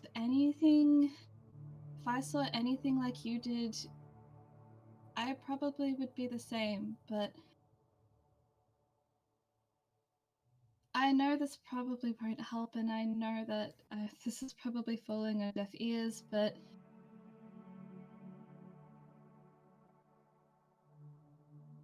sometimes it's better to force yourself to do something you might not like the results of. You might see Had, you might hear the clicking of her shoes, but you're avoiding that at the cost of your own health, and there's going to be a point when you're just going to be too tired to face her, and she'll win. Don't let her win by not sleeping, not looking after yourself to be better and get better. You're letting her win.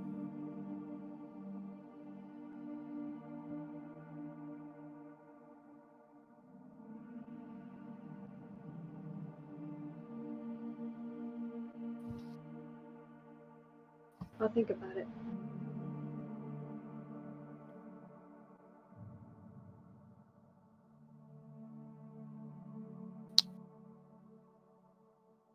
Okay. And she'll just sit next to Callie for the next hour and attune to her bow. Good to know.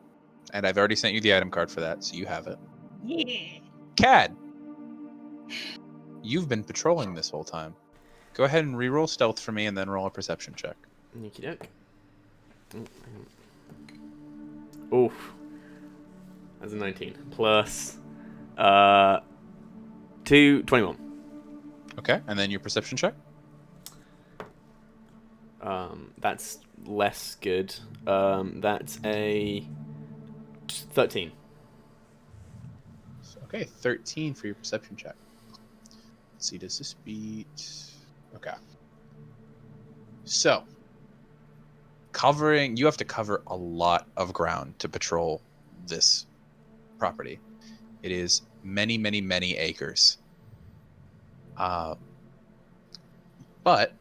you walk around for a solid hour, and for the first hour you're just walking the immediate property line around the house itself and the first couple barns. He's less patrolling as he is actively searching for specific and territory. You don't see anything. But then you remember that there's a lot more to this property than this just area, and you begin to look around, and you see, because that 13 would see it, that the lights in the airfield hangar are on. Shotgun. Okay. Going towards it. Okay. You move forward. There are 2 windows, probably about 10 feet above the ground, and then there is a door, and then there's the hangar door. You don't see any other entrance to the hangar. Is there a window or anything I can peek through? Again, they're about 10 feet off the ground. All right. Okay. Yeah. There's no entrance. You said I can find. Is there a way in? There's There's a door. There's the front door. Okay, I'm gonna try and peek in. Okay. You click open the door and look in. And you hear the sound of metal moving around. And the occasional movement of something moving around. And like the occasional like out of tune like grunt or like coming from inside the hangar, but you don't see anything immediately.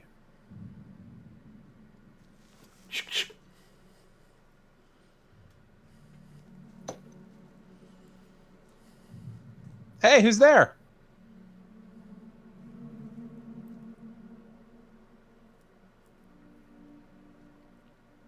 You go first. You American accent. You go first. Do I recognize the voice to start with? You wouldn't. However, let's see if they would. They would. Fuck. Oh no. Oh, you're that little kid I stabbed in the back. Cad is shadow traveling as far away as he can. He's going to try to travel again. He's using both turns to get as close to the house as he can, and he's sprinting back to the house. Okay, good to know. Good to know. You do that. You within seconds make your way to the edge of the yard, sprinting all the way up to the door. What are you doing? She's here. Terry's in the aircraft hangar. You just like when you run to the front door. At this point, the only one in the front room is Chuck. Everyone else has made their way to their respective areas. Fucking knew it. I hadn't gone anywhere. Bitch was gonna get And him. okay, well, he told you all to leave the front room, and you didn't leave the front room? No, I would have left. Okay. Yeah, Remember, he said he wanted the front room to himself. sure. What in the fuck are you talking about? One of the IMI died. They got in. They're not waiting 12 hours. She's coming for us. Give me a second. He's gonna reach under him, like, oh, that's the remote. Tosses it to the side. Pulls out a small celestial bronze tablet, probably about yay big, with a long screen in front of it. Swipes. Well, she ain't there no more. And he turns and shows the screen to you. And it is a darkened interior of the hangar. And you see that the front door is flapping open. No lights are on. Yeah, she must have cleared out of there already, because that tool sure as shit ain't where I left it. And she's coming here. She's coming for us. Give it 5 seconds. Nope, no she ain't. Because I would have heard an explosion if she was. Then why the fuck was she in your aircraft hangar? I don't know. Might be trying to sabotage takeoff tomorrow morning. Take off, but we're... Oh, I'm not there. At this point, you guys would have been down the hall. You would have heard muffled something, so you guys can be coming down the hallway at this point if you'd like. Anyone who was in the office. That's everyone except for Maya and Callie, I believe, is in the office. Well, we've heard the calling. Make perception checks. I would have been shouting. Yeah, independently. That's 21. 21. Okay. 19. 19. Yeah, you both would have heard something going off in the front room. Does Maya head in or stay out? Maya's a training. But she was on the property. Then what's stopping her coming up here? Well, first of all, hangar's not under the same protections the rest of the house is. That's expensive as shit to get that installed all the way out there. But I'm not worried about it. She shows up, she's one person. I got, 6, 7 decently able children here?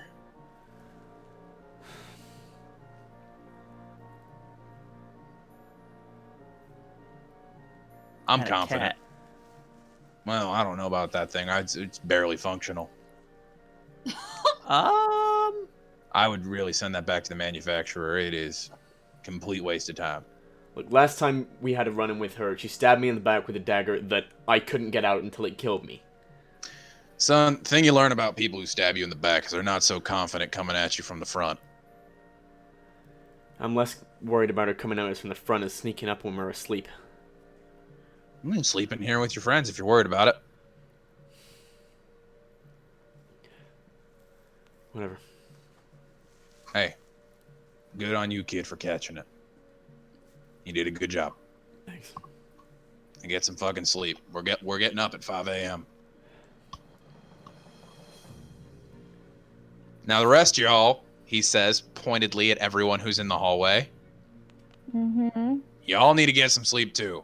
And that's what you two, Maya and Callie, if you come up. I don't remember if you clarified whether or not you were coming up to the front door. Val and I were just like, Yeah. I'm tuning. I don't know if I'd be able to. Oh, okay, that's it. Listen. If I heard that Callie's on her way to the hangar right now. Cad would be looking for. You wouldn't have heard that she was here yet. Yeah. Also, you would have just been making it to the front porch. She would still be heading the way Caddy came from and throw up invisibility. I'm saying you didn't use even invisibility today. know that any of that was going on until you heard the shouting in the house. Okay. That's the only clue you have at the moment. As soon as I hear anything, I'm gone. Going where? Towards the hangar. Okay, but again, you're not aware that he came from the Oh, hangar. I was gonna. Because the hangar is currently opposite the house. Because where you're at is in the front yard, and the hangar is past the backyard. So you wouldn't have seen anything leading up to the events of Caddy coming to the house. Also, right after this thing I'm just gonna patrol. Okay. Right after this thing with Chuck, Cad would go looking for Callie. Okay. So yeah. Cad, you step out of the house and you see Callie like just walking aimlessly through one of the pastures. And before you have that conversation, it's getting a little later in the day, so we're going to go ahead and have our 10-minute break there. Yep. Okay. We'll be back at the 20-minute mark of the next hour, of the current hour. Yeah, we'll see you guys all in a moment. I don't like it.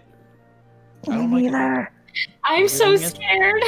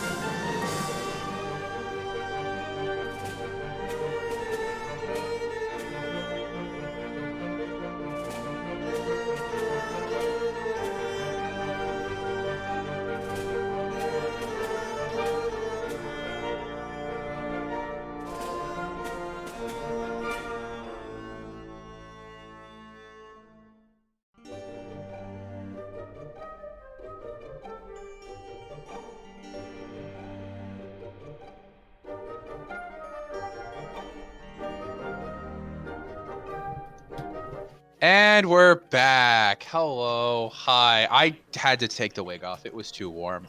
So, we're back with this week. Ooh. I am so sorry. I apologize for that. We're back with this week's episode of Dungeons and Demigods. Picking up where we had left off, most of our adventuring party had made their way to the office room in Chuck Beauregard's home, whereas young Cadmus had stepped out into the back porch to see Calliope walking across one of the pastures.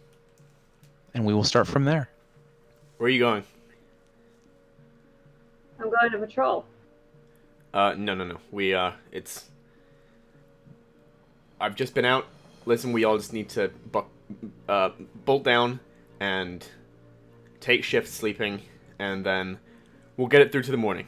We just need to stay together. Okay. I'll take the first watch. Okay, but we're all gonna go and sleep in the house. Okay. I'll wake you up when it's time for your watch. Okay?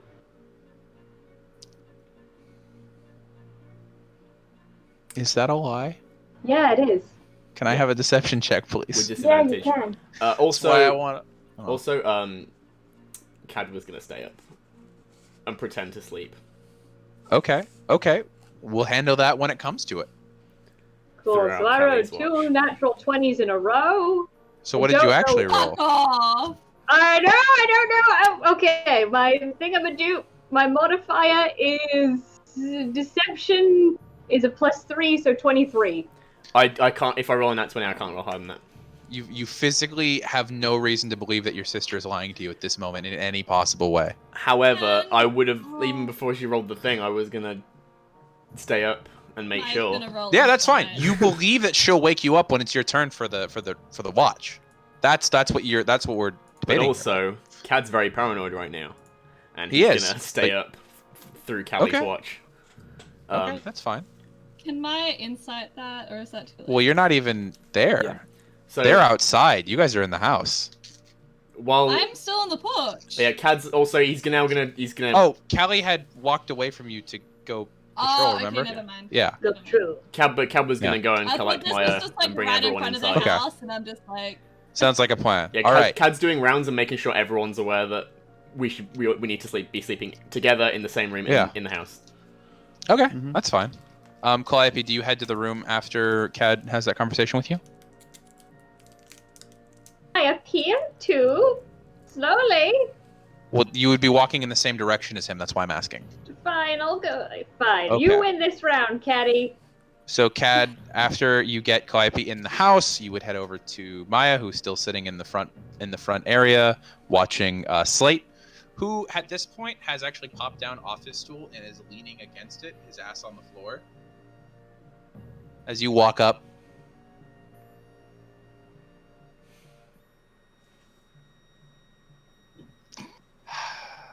Maya's been ignoring him this entire time, just like.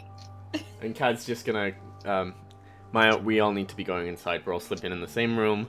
We're gonna take turns sleeping, and they're not gonna get the drop on us. They're not gonna get the drop on us. How long do I have on my attunement? it would be finished at this point. Okay, sweet. Okay?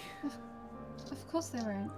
And then Cad's gonna go into the shed What do you- and grab everyone's stuff. Okay. Okay. You pop over to the second barn up to the loft area, grabbing all the different bags of everyone's disregarded stuff, and make your way over to the house where everyone else has already set up bedrolls and is laid out across Chuck's office. Yes, Addie. I asked Abby during the break, but Addie would like to go up to V and kind of like she looks scared and she's like, "Hey V, Hi. can I sleep with you tonight?" Yeah, as long as you don't mind, I'm gonna be with Shadow. Obviously. That's fine. I just I'd like to be close to someone if that's okay. Okay. Yeah. Of course. We can take turns cuddling Shadow. He's kind of like a little stuffed animal. I like that. Okay. Here, you can have him first, and I push his unconscious body The cat just kind of flops forward. I'm assuming. Hang on, it's been a number of hours. I'm assuming he hasn't been unconscious the entire time because if he does, 100% has been. Okay, that cat has brain damage. It's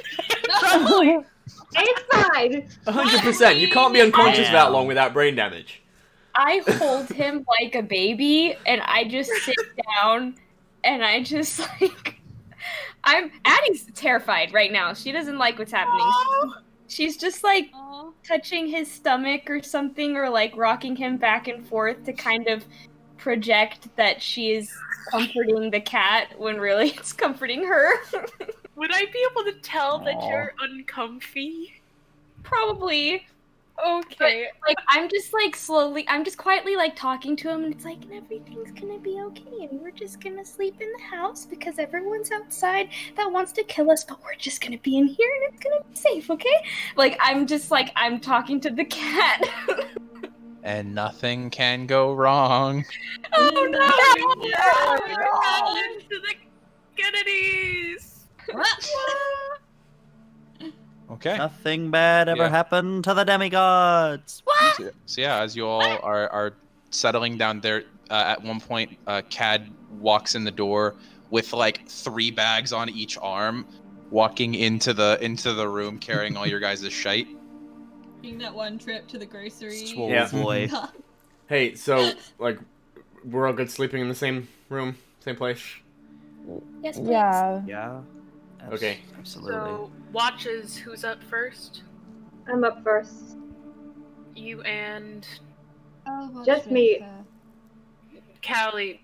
No one can be alone right now. Like, I know that you're sneaky and you can do like your whole like, oh, I'm invisible thing, but Can't do that. But however, you have already used it today. I can. I don't know that. Cad knows it. I don't know that. You should definitely use the buddy system, I think. Yeah. Mm-hmm. Yeah. It's fine. I got it. Okay. Okay. Thanks, Maya. I can take second. Addie, do you want to go with me? Yeah, we could do that. Okay. Maya, Callie, wake us up. Anyone want to take third? I'll take third. I can. I'll jump on. Okay, so we'll have you three then. Better safe than sorry, unless one of you wants to sleep in. I'll take a watch. I'll take watch. Yeah, You should sleep. Yeah, no, it's fine. 3 of us. You sure? Yeah, Okay. we'll get the 3 of you up. That's fine. Yeah, more the merrier. All right. You lay down, attempting to fall asleep. Callie, you have access to the desk chair. Maya, you also have access to whichever one wants to sit there first. You are awake. Everyone else is attempting to fall asleep around your feet. Yeah, since Maya is awake, Cad is actually gonna sleep. But he's trying. He's willing like as light a sleep as possible. He's just trying to like. Mm-hmm. Are either of you two doing anything during your watch besides taking watch? Drawing. Addie, can I get a D10? Luke, can I get a D10? Yay, first dice roll. What are you trying to draw before I change whatever it is, if it changes? She's going to draw all of them leaving in the morning in the Pegasi. Okay. Manifest it into. She's already drawn that. That is a 1. Okay. It's a 3. 13. That's Okay. low. So, you managed to sketch out pretty quickly the very simple forms of Pegasi. You see one at the front, one very small one with darker hair with splashes of even darker across it, because you're drawing in pencil right now, which is black and white. There's a middle one that's quite a bit larger, with 3 people upon its back. You don't draw the exact figures, you just draw simple human stand-ins. And this one is a pure solid color, you can't tell what, but it's lighter. And then the third one is another normal sized one that it has 2 figures upon its back. and it is also flying behind them. And you see 3 of them flying directly at camera, perspective-wise. And you wait for this moment for your prophetic powers to kick in as you're drawing. You feel that they should, but you don't change anything about this photo. It's just 3. Yeah, it's just the 3 Pegasi carrying 7 people.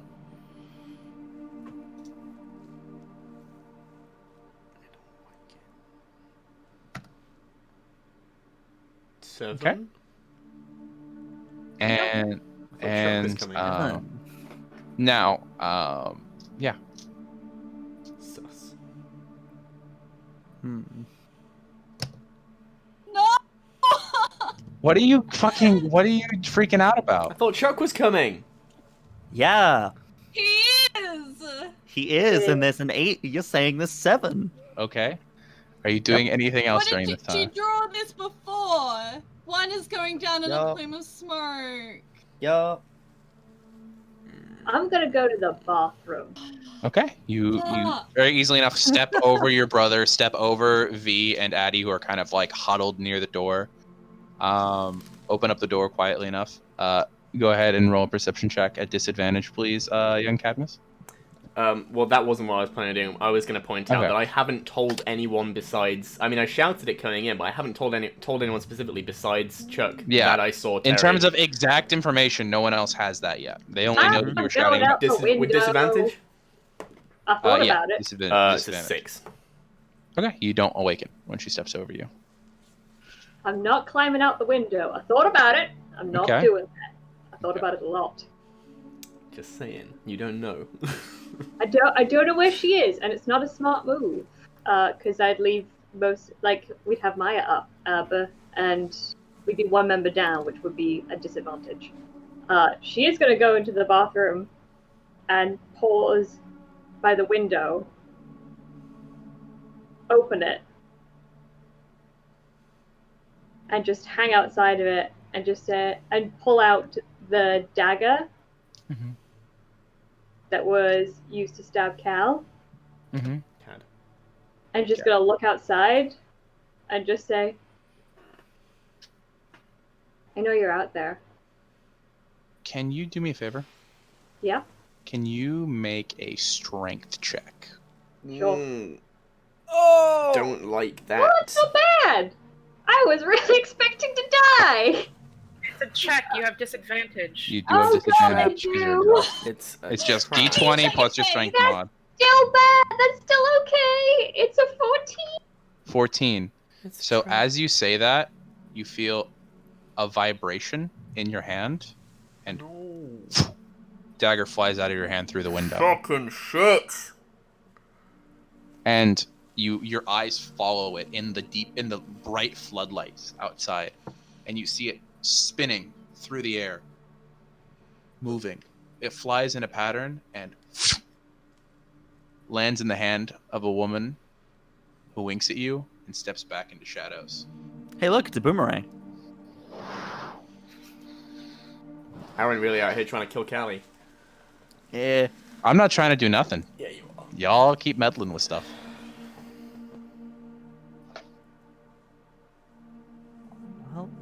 You did not proc for any of that, Val. Callie climbed out the window. Good to know. Aww. This is what I mean by Aaron really trying to kill Callie. I'm not trying to do anything. It's not gonna go far. Okay. You climb out the window. Fuck you, you piece of shit. I feel attacked. Hey, Maya, can you see something out the window? Maybe. I don't know. Wrong side of the house. Wrong side of the house. Yeah. She's just gonna go a little bit out. From your perspective, because the office is on like the side of the house, whereas the bathroom points towards the front, you can still see Slate sitting there just out in front of the house.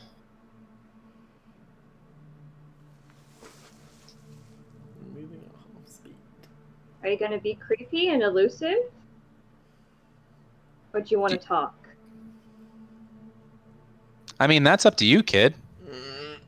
The voice comes out of the darkness, but you don't currently see her.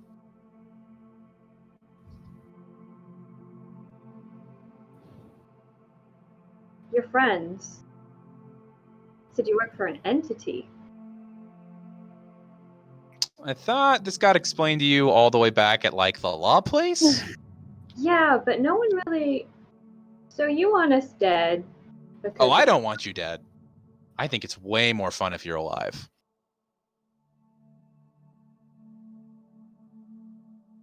We have similar opinions. Good, good, good. I was surprised to see that your brother lived. That was...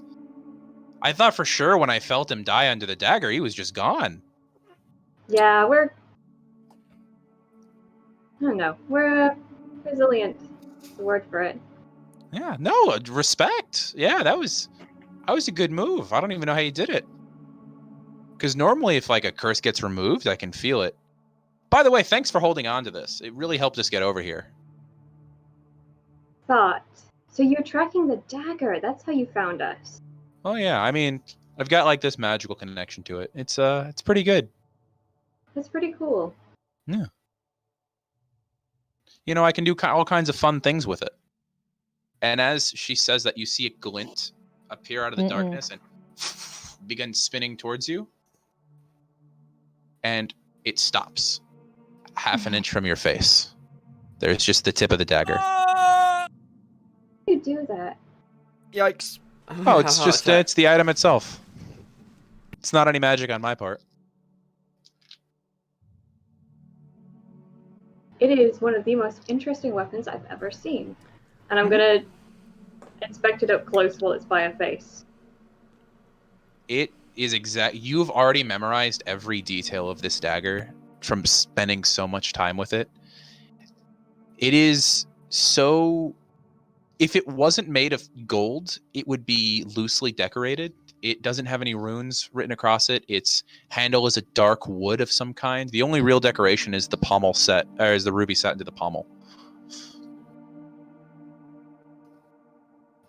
I don't suppose you're ever going to tell me where you got it from, right? Oh, that's a long story. But hey, if you guys decide in the morning that you just want to come with us, I'll tell you on the way there. Now, the coming with us option, does that lead to us dying? It feels like it. Not all of you. Most of you. Oh, Excuse so not me? all of us. Yeah, not all of you. See, that wasn't explained back at the Spooky Lodge. Well, so the thing is we don't actually want to kill you. I mean, again, it's way more fun for me if you're alive, because this chasing, I haven't gotten out of Austin in years. So thank you for that. A little bit of a vacation. No, yeah, if you go, there's only a couple who actually need to die. As long as the rest of you just aren't present when they die, you should be fine. Oh. I don't suppose you're going to tell me who those two are. I mean, I'm a villain, but I don't monologue. Yeah, that always confuses me when they do that in the movies. Yeah, I mean, playing the villain is fun, but, you know, have some sense. Duh. Yeah. So, you just work Priamitis, because the rest Priamus? of them... Yeah. Oh, Iamus is like my great times 1,000 granddad. Oh, so you're kind of like us. A little better. But yeah. For now. Maybe. You've been impressive. I don't know. Maybe after all this is done, we'll figure something out. If you're not dead. Don't really want you guys dead. Not dead, and you need a protege. Oh, absolutely not. No, I just mean in case you ever want to run from someone again, because chasing you guys is so much fun. You never know. I mean, look at this. You're at the house of a child of Hephaestus with a friggin' cannon. Like, if I didn't already figure out how I was going to disable it, that would be dangerous. Yeah, I figured that's why you were skulking around in the hangar trying to disable the defenses. Oh, It's yeah, just definitely. practical. You guys are not safe right now. Why do you think But I'm that's awake? the point. I know you're always gonna be there, like, skulking behind us, so I figure if I'm awake, then at least we can talk. I mean, I figure you're awake because you can't sleep without hearing my heels on the ground. Well, they're very cheap heels, so they make loud noises. I got them at a thrift shop. They were pretty cute, nice though. They're very good. Yeah. Yeah. You know, by the way, Slate could hear everything you guys were saying. I just assumed that you guys just know what we're gonna do, what we're gonna plan. So you're giving them way too much credit. Really? My dad is like basically deaf. My brother spends all his time reading his books. They're not that impressive. I mean, they seemed pretty. I mean, they got the jump on us pretty well. They were kind of impressive. I don't know. Anyway, it's been fun, but if you're not going to give yourself up by morning, I'll just have to chase you then. Okay, well, we'll see what happens in the morning, shall we? Yes, we will. Also, I like the haircut. And Thank you. That said, the dagger it's been sitting in front of your face this whole time. Into the darkness. Kelly's gonna turn around and start walking away. Mm-hmm. And she'll get to the window and she won't look back at any point. Mm-hmm. She'll close the window, go through the door, into the hallway, and go. The front door. Chuck is just passed out in his lounge chair.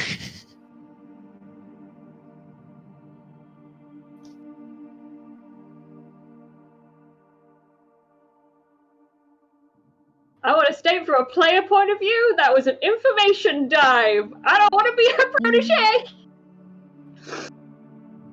She doesn't want you to be her protege. Yeah, because I'm going to kill her.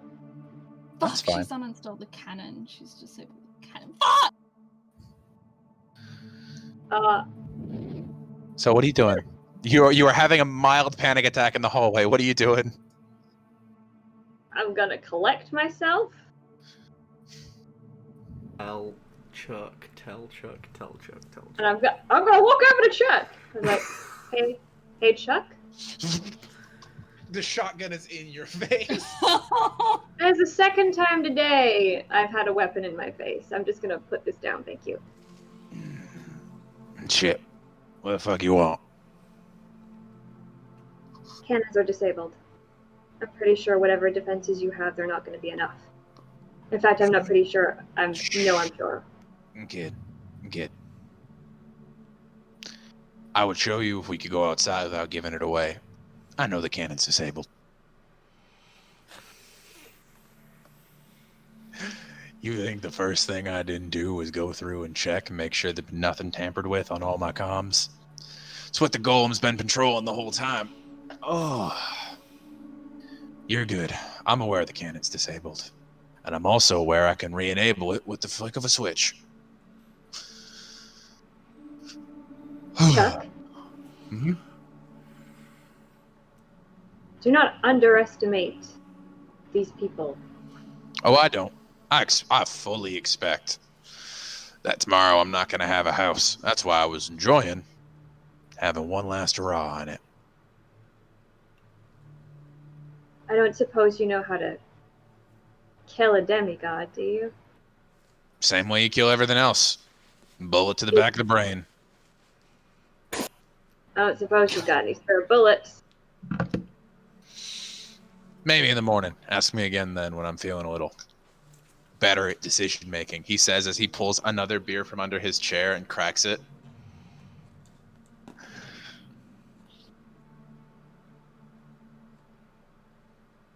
My brother doesn't like riding Pegasi. Well, there's a reason we're taking Jesse. He spent a couple hours out there with him earlier today. Cool. I don't think he realizes there's a comm system in the barn. Fuck! He's going through some stuff. We haven't really had a chance to decompress. Is he okay? No, he's not okay. That's a stupid question. Stupid Callie. I think he might be doing a little better than you are. I'm fine. I'm doing just fine. We're all alive. I've talked. Can I get a deception check on that one? She fully believes this. I know, but she's lying to herself. No, that's a... And then after that, roll an insight check on yourself. Roll it. Look deep within yourself. That's a 6. You don't even believe it as you say it. You're good with horses, right? Pegasi. You ever think it was curious why somebody like me who makes machines decided to open up a place where I have to deal with organic, living things? Honestly, no. You just seem really cool and I rolled with it. Thank you. It's because I knew I was bad at it. And I chose to do something that I'm bad at to get good at it. I'm gonna be honest here, kid. I've had a lot of dealings out in the mortal world. Couple failed marriages is what I got left. Because I didn't know how to deal with organics. Came and got this place so I could learn. All I'm saying is if you know something's wrong, you need to take steps to fix it. Because otherwise you're cheating yourself.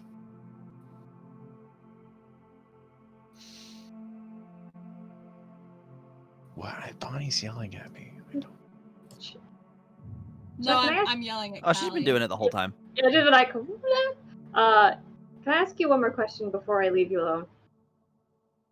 Go for it. How many demigods make it past 20? Fully laughs. Depends on who you're talking to. Your kind, 1 in 10.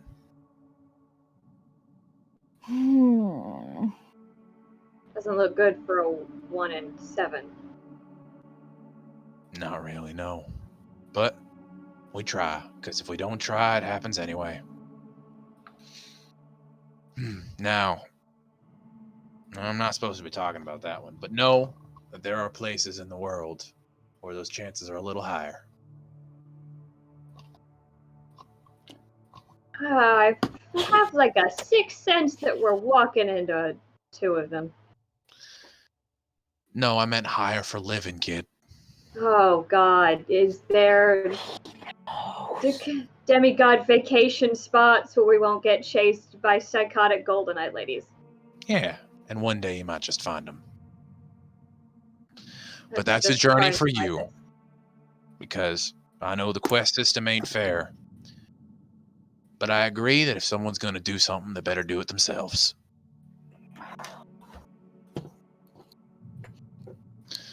Now, get to bed. It's far too late. We're getting up in 6 hours. Need some sleep. And I mean actual, real sleep. None of this faking and bullshit.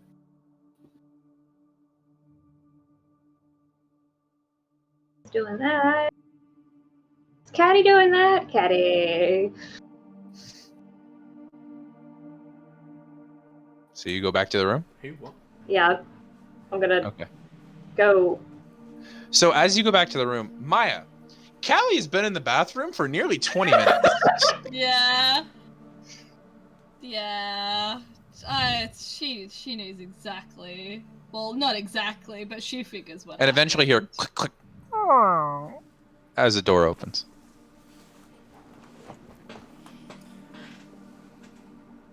Hello. Find anything in your 20-minute bathroom escapade?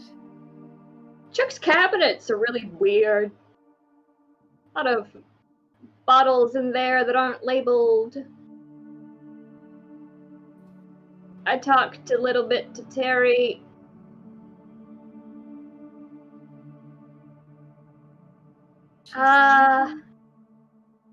Usual spooky stuff, but also kind of has a little bit of a complex with the other two. Maybe some favoritism is going there. But I managed to get some intel. which was good. What? It was good. What kind? What did she say?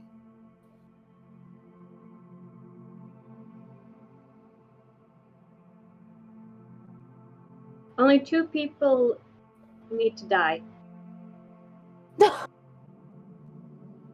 Is what her words were. They only need 2 people to die, which obviously is unacceptable because none of us are going to die.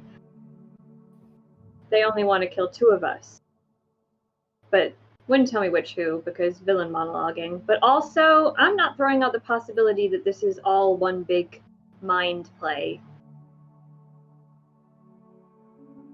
That she's not saying there's 2 of us that have got to die so that we turn on each other or try and figure out which 2.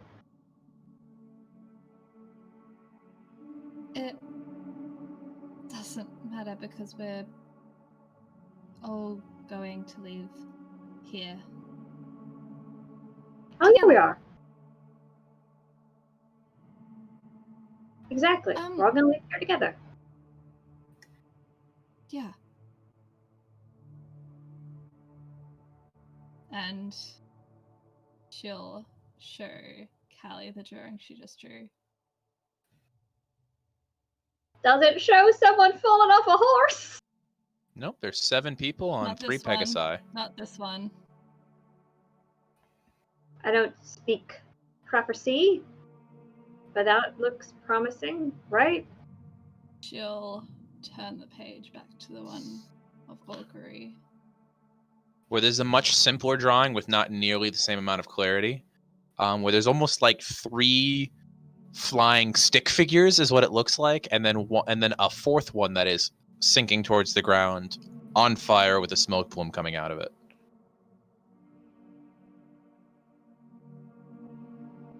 We are going to make it.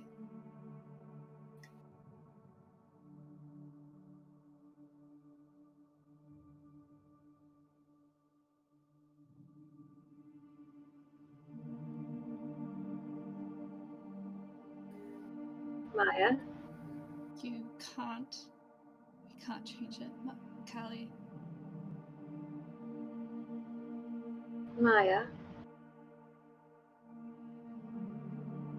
Are you sure? Something good and bad is going to happen. Maya?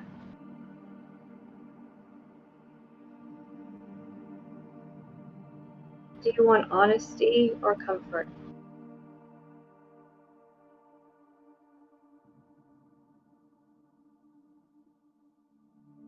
Comfort.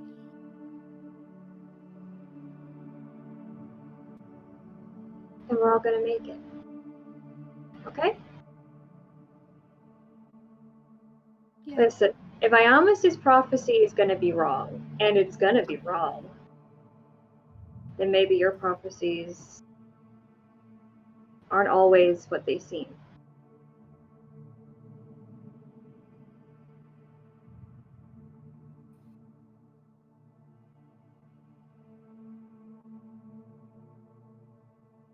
Yeah, maybe. Annie, that was a really roundabout way of finding her. It wasn't just simple, straight-laced. You led us to the clearing, we found the car led us to... We found Annie, we escaped, everything was fine. So yeah, your vision was like that, but it was different, so...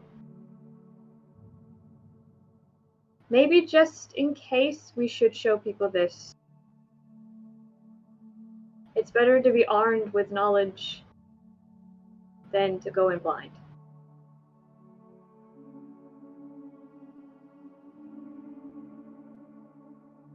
I don't know if telling anyone is going to help. It might.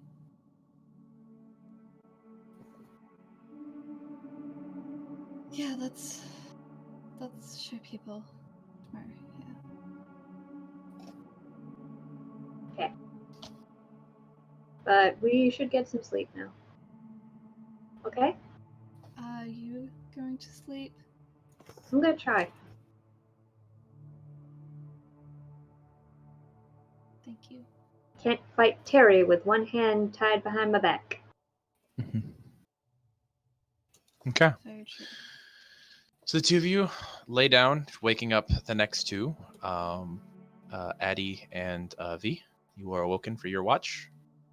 Can I get a perception check from each of you? Also, Callie, are you actually attempting to sleep? Come on, Callie, please. Sorry, I just wanna Because drop. if you're not, Will. Wait. What were you gonna say if you're not? if you're not, I'm gonna need a con check from you to see if you can stay awake. Okay, good. I think if you're not, I'm gonna need to roll to see if Terry will stab you in the night. Yeah, so D20 plus your con. This is a check. Callie will try and sleep. Okay. Without incident, immediate sleep. The two of you, what were your perception checks? 22. Okay. 11. Okay. I am focused on the cat. Yeah, the cat stirs at some point in the night and moves, but doesn't awaken. Hey, hey, Addie. Uh-huh. Do you have like your little like hair clips and stuff still? We could play dress up with my cat. I can't take myself seriously. Okay. You guys can spend the next few hours if you want playing dress up. A crop top, like, in my bag that could be utilized as, like, a cat shirt. So you realize that Sorry this is about like my a dog. cat that's like the size of like a sock would work as a shirt, right? Like I get out of sock. Okay. Oh my god, you. Oh my god. Okay. Socks. I was gonna say sock or one of my boots, because I take off. I remind me to never be unconscious around either one of you ever. Just never. I don't want you to weaken at Bernie's me. Sleeping in a boot. No, it's fine. Okay, whatever. I hold up crop top, sock, or boot, and I'm like, okay. And the three of you over the course of the next, or the two of you over the course of the next like 2 or 3 hours, get a myriad of photos of different outfits of the cat. Yes. Just fully the whole time. It looks dead in a few of the photos. He's gonna love these, don't worry. Okay, you do that. But from your perception check, nothing really happened. Oh, actually, you would notice during your watch, at one point, Slate. Oh no, you're not faced to the front of the house. Never mind. You see nothing. Oh, what? The next set of people. It's okay. The three of you, Luke, Kat, and Annie. You get up for the next watch. Can I get a perception check from each of you? Can I wake them up with a cat paws though? Like, You can. Just cat paws dangling in their And face. he's still dressed up. Like, Yeah. and I'm helping too. And when they wake up, I'm going to kind of be like, isn't he pretty? Mind you, we had to watch when it was like crackhead hours, like between the hours of like 11 and 2 a.m. Like that's crackhead hours right there. Birdie, you are not procking at the moment. He saved all of us, and you dress him up as a reward. Why? Leave the poor thing When you wake Cat up with that, he's just gonna take Shadow and be like, Shadow, what did they do to you? Ow, my ears. Abby, ow. I like. He's being nice about it. He's just cuddling. I put my finger to her lips, and I'm doing one of those like shush laughs because I'm delirious. Sorry, Like, don't touch my cat. We're all gonna die. Right. And the two of you can get to sleep after a bit. Right, perception checks. Yeah, perception checks for my 3 Right. who are waking up, please. Thank you. It's a 16. Perception. 16. Okay. Natural That's- 20 plus 6. It's 26. Okay. 12. 12. Okay. You don't hear anything over the course of your watch. Nothing attempts to intrude. However, during these hours, Oh, no, that's near the end of 19. your watch. Okay, near the end of your watch, Luke would be the first one to hear this. You hear Chuck get up and start moving around the house. You hear the shower turn on at one point, and after like 20 minutes, he comes out, and then you smell the smell of cooking bacon. It's like maybe 4 a.m. at this point in time. Nice of him to start cooking.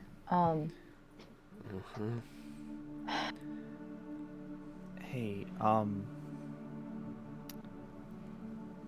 Maya drew something yesterday. What'd she draw? Snitch. You fucking snitch. I love you. You but can not talk fucking about it if snitch. you want. You can not talk about it. That's fine. No, it's fine. No, do what Luke would do. He's worried about it. He's worried about what he saw. Yeah, go. Yeah. Maya, it was vague. It wasn't one of her big drawings she usually does. It's very vague, but I didn't like the look of it.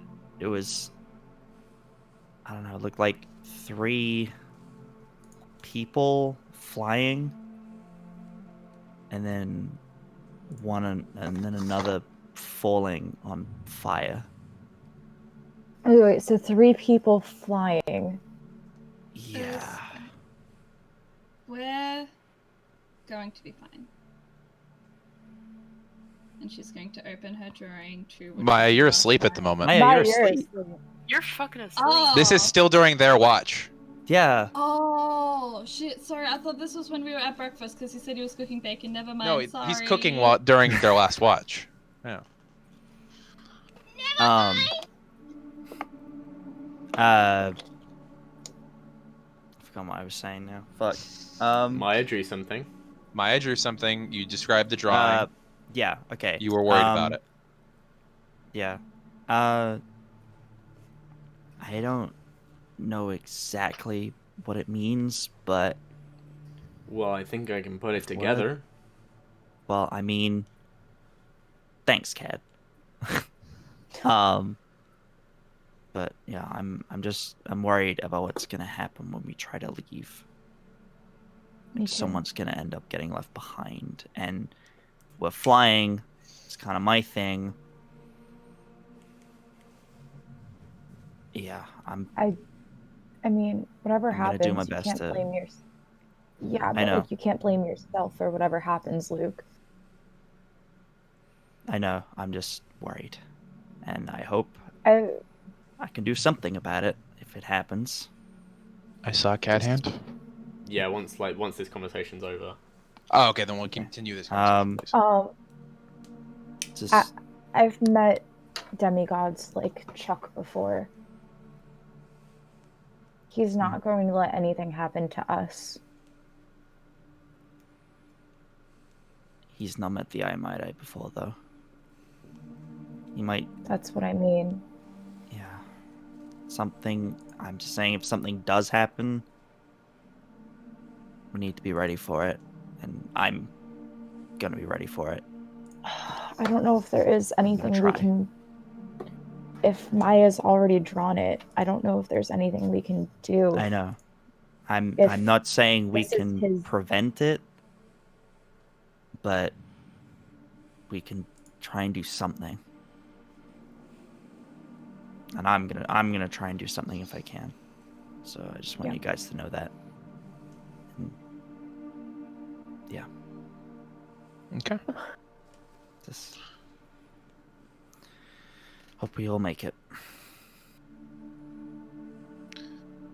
As that conversation wraps up, Cad, you had something? Cad's gonna go into the kitchen where Chuck is. Yeah, you see that Chuck is already awake, wearing like the white tank top and jeans. He hasn't put on his flannel over it yet. Oh, Cad got into his armor as soon as he got up for his watch. Oh no, I'm saying this was Chuck's wearing. I know. I'm just saying Cad's fully Okay, dressed yeah. right now. Hey, morning. What's up? I just ready to face the day. Better be. I just want to look right out there. His kitchen window faces the front of the house, and you can look out that pretty easily. Yeah, I look out. Roll a perception check. It's 17. 17. Okay, so as you're looking out, you see Slate is no longer sitting on his stool in front of the gate. At this point, there is Johnston reading a book, and you're confused a bit because you were wondering as to why Chuck would just point out a change and shift. But then you notice the ground, the grass out front is not grass. It is writhing and moving. It is thousands of snakes, all on top of each other on the ground. You cannot see floor underneath the first 3 feet up against the boundary to the house. That wasn't and looking was farther in the woods, you see that what you thought were a couple of trees are 3 to 4 foot thick, massive serpents weaving in and out of the trees. Mm-hmm. That wasn't you, was it? Sure shit wasn't me. So we're flying out. That's good at least. Yep. Hey, on the topic of flying out, what Pegasi is yours? Oh, I'm not taking a Pegasus. I'm not taking a Pegasus. I don't fly on organics. Mm-hmm. So what are you flying in? You'll see. Is it the Do thing you that have was a fucking plane? Is it whatever's in that hangar? Oh yeah. That's my darling. And you think that's wise? Yeah. Yeah. After I already went out to the hangar this morning and checked it. She working in perfect order. Just to put my mind at ease, check it before you get in it. 100%. Check it again. Already will. I always go through pre-flight checks. Pre-flight checks.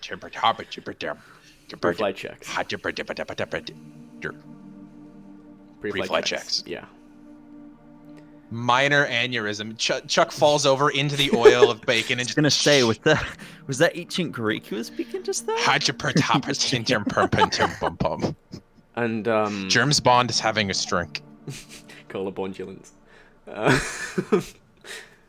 And I just wanted to say thank you. I felt as safe as I can do since Chem Half-Blood. And I've learned a lot here. Good. Then I did my damn job. How about a parachute? You wear a parachute? Always wear a parachute. Okay. Never leave home without it. Just wears a parachute all day, every day. You never know when you're gonna fall off stuff. You think I'm joking, boy? And he turns around and shows you his belt. And you realize to the back of his belt, there's attached a very thin bronze case. Damn. To the back of his pants. Literally holds him by the seat of his pants. This guy's prepared. Never know when you're gonna fall off something high, right? I mean, look at me. I'm 4'2". I'm 4'8". Sorry, fuck. My brain did not work there. Yeah, he's short as shit. I mentioned this earlier. Fuck, I forgot. He's really short. Oh my god, he's tiny. Yeah. Cat is towering over this guy. Yeah. Right. Okay. If I fell off the porch, I'd need it. Yeah. Okay. That's all I wanted to talk about. I'm not great with heights. Mm-hmm. You know, I figure your dad being the guy below. Yeah, Dad's the guy underneath the ground.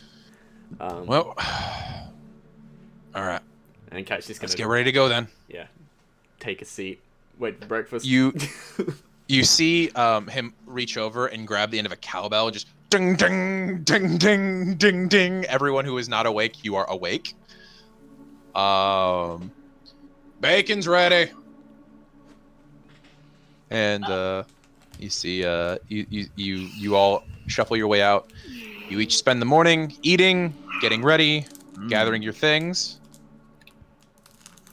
Eventually, it is pointed out to you the writhing mass of snakes outside. Yeah. Oh. I am not. I put my head in V's shoulder. Okay. Hey, look! Hey, look! Shadow's still in his sock! That's really cute. As you say that, you look down, and you just see.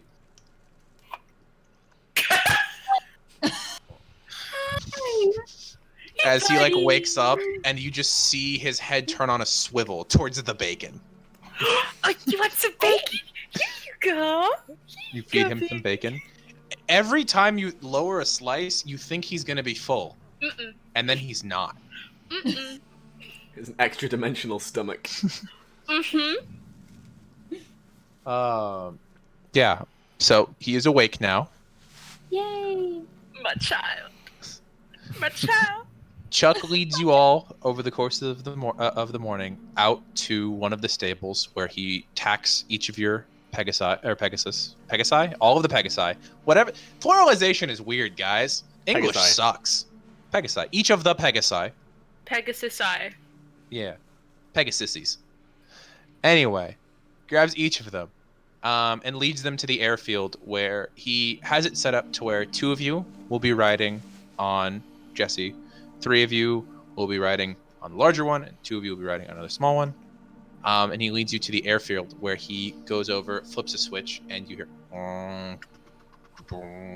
as the garage door begins to open. And it's dark inside of the hangar itself.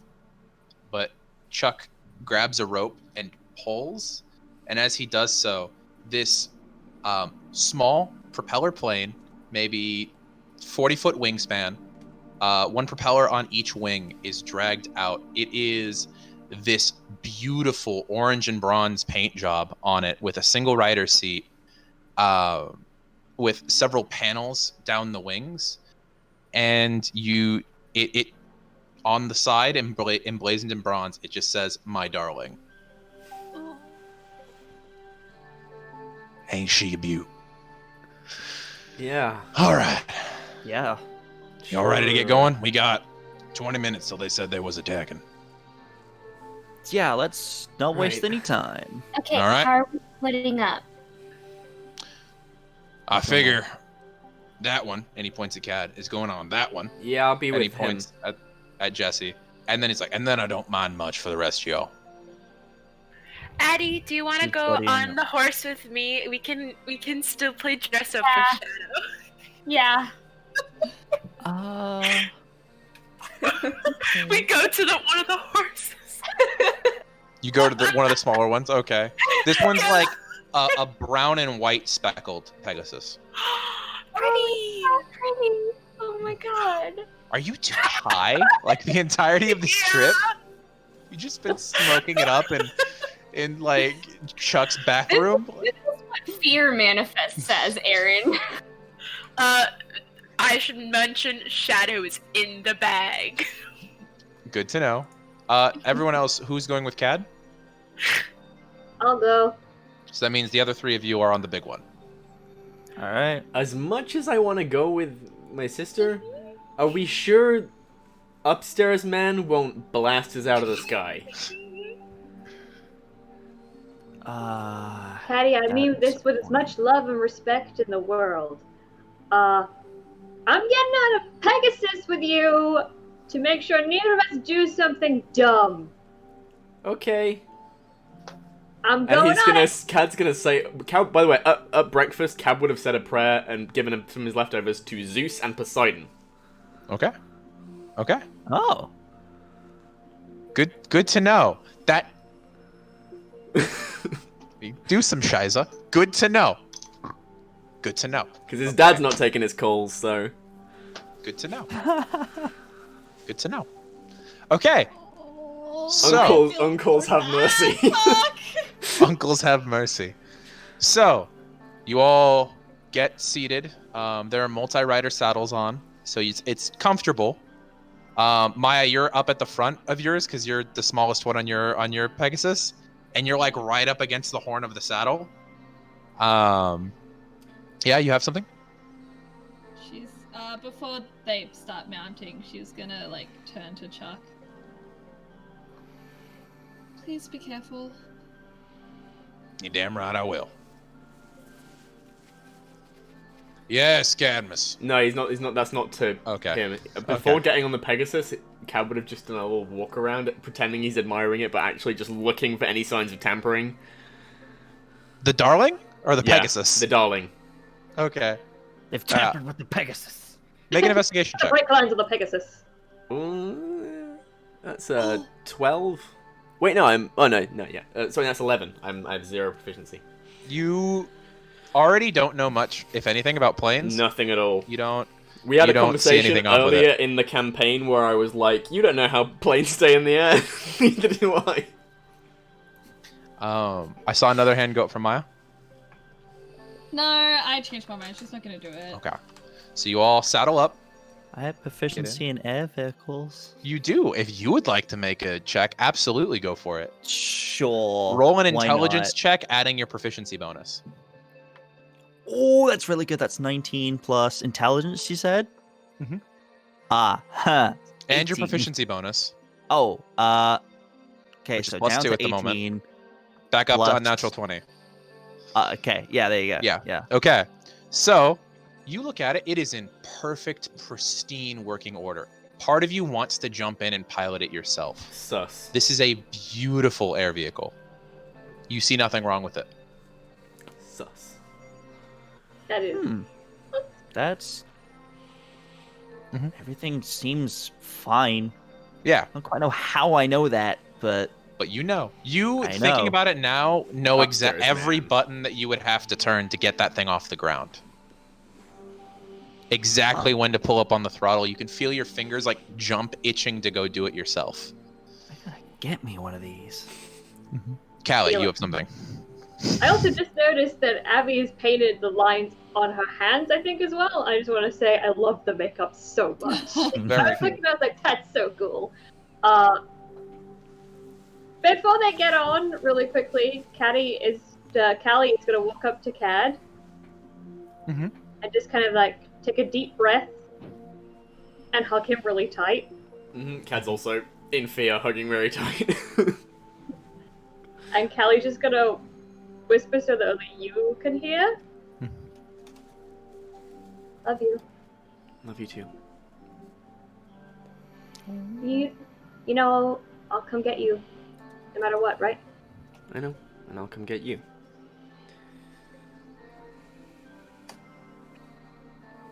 Now let's go fly on these beautiful winged horses that you are terrified of. Okay, you go in front. You're shorter.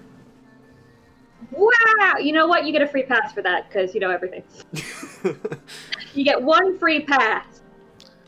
It's confirmed. All right, now You're that shorter. y'all decided who's going in the front, Pegasi will take off once I get in the air.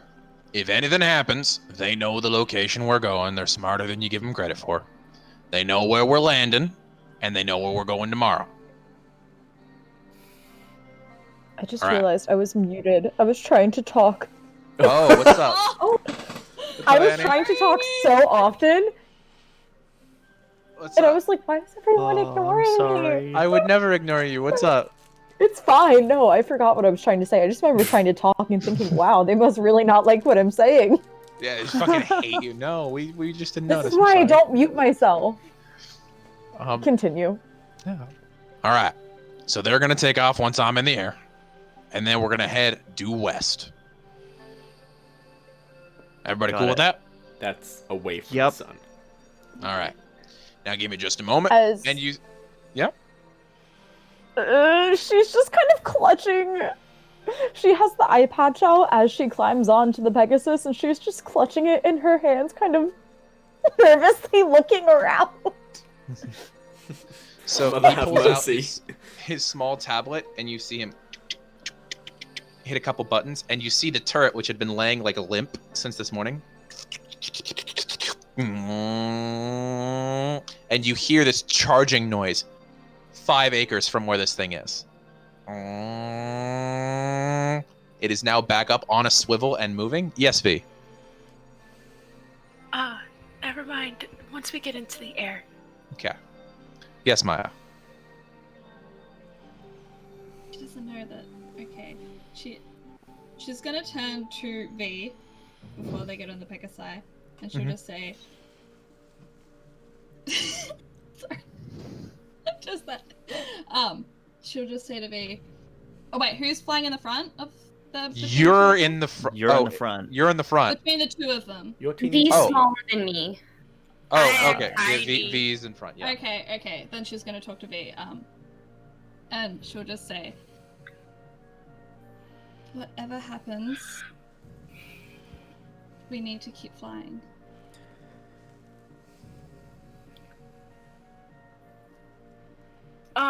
You'd probably hear that I have like one hand behind me, like death clutching Addies. And I'm just kind of softly under my breath, soft kitty warm little mother. All right. Now, if that's all of our pre-takeoff, Are We're gonna we run, sure guys. We're gonna that- run out of time No, no. before the Iomide attack. I see a Luke hand and an Addy hand, and then we're off the ground. A Luke hand and then an Addy hand. And then... Stop. Luke, what are you doing? So, Annie, you said you were like slightly freaking out.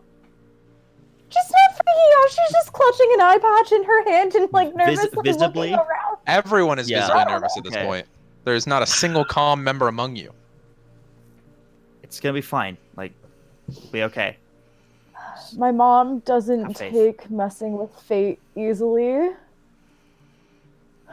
Let's just hope she doesn't cash in that while we're in the air.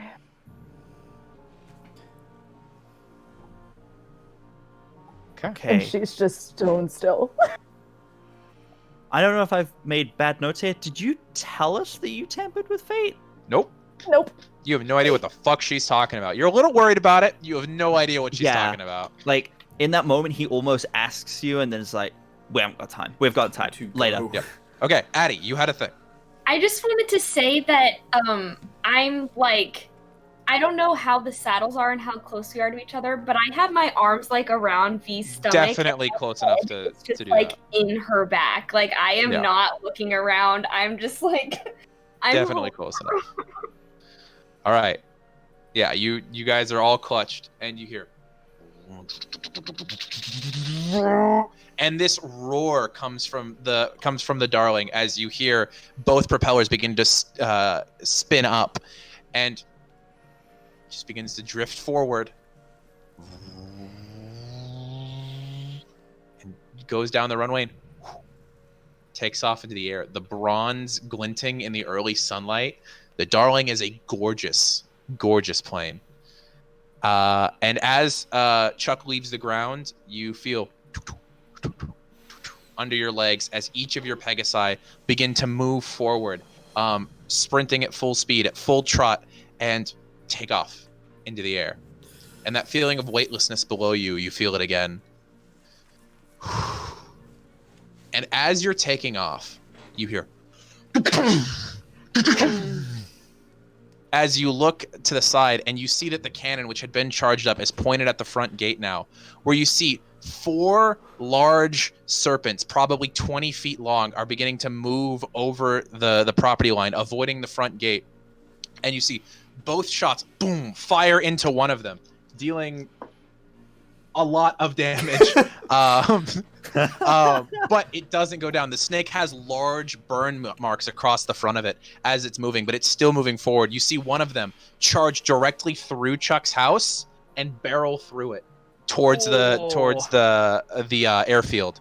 Sorry, The Chuck. golems come from every corner of the property, and very quickly, these serpents, anywhere from a couple inches long to 40 feet long, are wrapped around these golems. There is this massive battle going on that you can barely make out any of. And then you hear come from the forest below you. Oh, I hate that. fuck. Don't like that. As Don't like that. You see below you 60-foot long serpent rear its head out from the trees, and wings pushing from its back, large Of feathered course wings. they have a fucking dragon. Not a dragon. These are feathered wings, and the Space. serpent is a serpent itself. its Giant large, snake. like emerald green scales with edges to scarlet along its eye lines, as it begins to take off into the air. Nope. Barely. Those of you with a passive perception of 15 or higher would be able to see on its back 3 figures. Oh, motherfucker. Aww. I am keeping my eyes closed. I have a passive perception of 15, but I'm not using it. I am keeping my head in the back. You see that this serpent rears and moves, and it is much faster than the Pegasi. Aww. Fucking hell. And as you're all there, you can feel it moving in formation. The largest Pegasus is in the front first. To the left-hand side is Jesse. To the right-hand side is the smallest one. And you're moving forward, following Chuck's trail. And as you're going through the sky, yes, what's up? I Yes. have a thing I can do. What are you gonna do? Go for it. But I don't want to ruin your monologue. No, go for it. Go for it. This isn't a monologue. I'm just describing what's happening. Go for it. So she's gonna reach into her pocket, her bag, her backpack, and pull out a broken mirror piece, and she's gonna look at this and mutter in ancient Greek under her breath, and Okay. it needs to make I'm casting What? Pool of Narcissus. The pool of Narcissus. Narcissus. Does it say what level that spell is? I believe. It doesn't, but it says. Oh yeah, the when you last paragraph target- says for each slot above second. So that implies it's a second Yeah. level spell. Yeah. So I'm gonna Can one of cast you? it on the scaled thing because it says creature, not humanoid. It does say creature. Luke, can you roll me a d6, please? D6. That's a 5. So, Oh no. as you pull out the shard of mirror and it glints in the sunlight behind you, trying to shine it at this snake, you will in front of it this large, probably 3-meter long mirror that for a second looks like it should distract it, but unfortunately its magical hide stops it from being charmed by the spell, and it instead flies directly through the mirror, shattering it into 1,000 pieces. Oh no. No. Yes, Addie. Okay. Can I hear? I can hear that stuff's happening, right? Even though I'm You not. can hear it. You can definitely. Can I'm I, giving you a vocal play-by-play. Yes. can I without necessarily meaning to, because I've never used the spell before, Okay. try to use my homebrew spell and strengthen and inspire everybody and give us temporary hit points? So as you're saying this, V, you're directly in front of Addie, and you look behind you, and you realize, just for a slightest second, you see a small. Oh, we lost a Kate. She will be back in just a Uh-oh. moment, I hope. I'm gonna continue on. I think. Okay, no, she. Yeah. Very cool. Cool. So you see that there's just the smallest glint in her hair, and you realize this morning when she washed her hair, as she does every morning, she missed a little bit of soap. And as she's sitting there with her eyes closed, you see these suds begin to grow and dance off the side of her hair as these beautiful, soapy, and it smells like almost like a salt breeze, ocean foam doves begin to appear, just peeling back off her hair, spiraling around her, now filling the air. All of you within radius to receive the effects of her newer spell, the Doves of Ericrocorinth.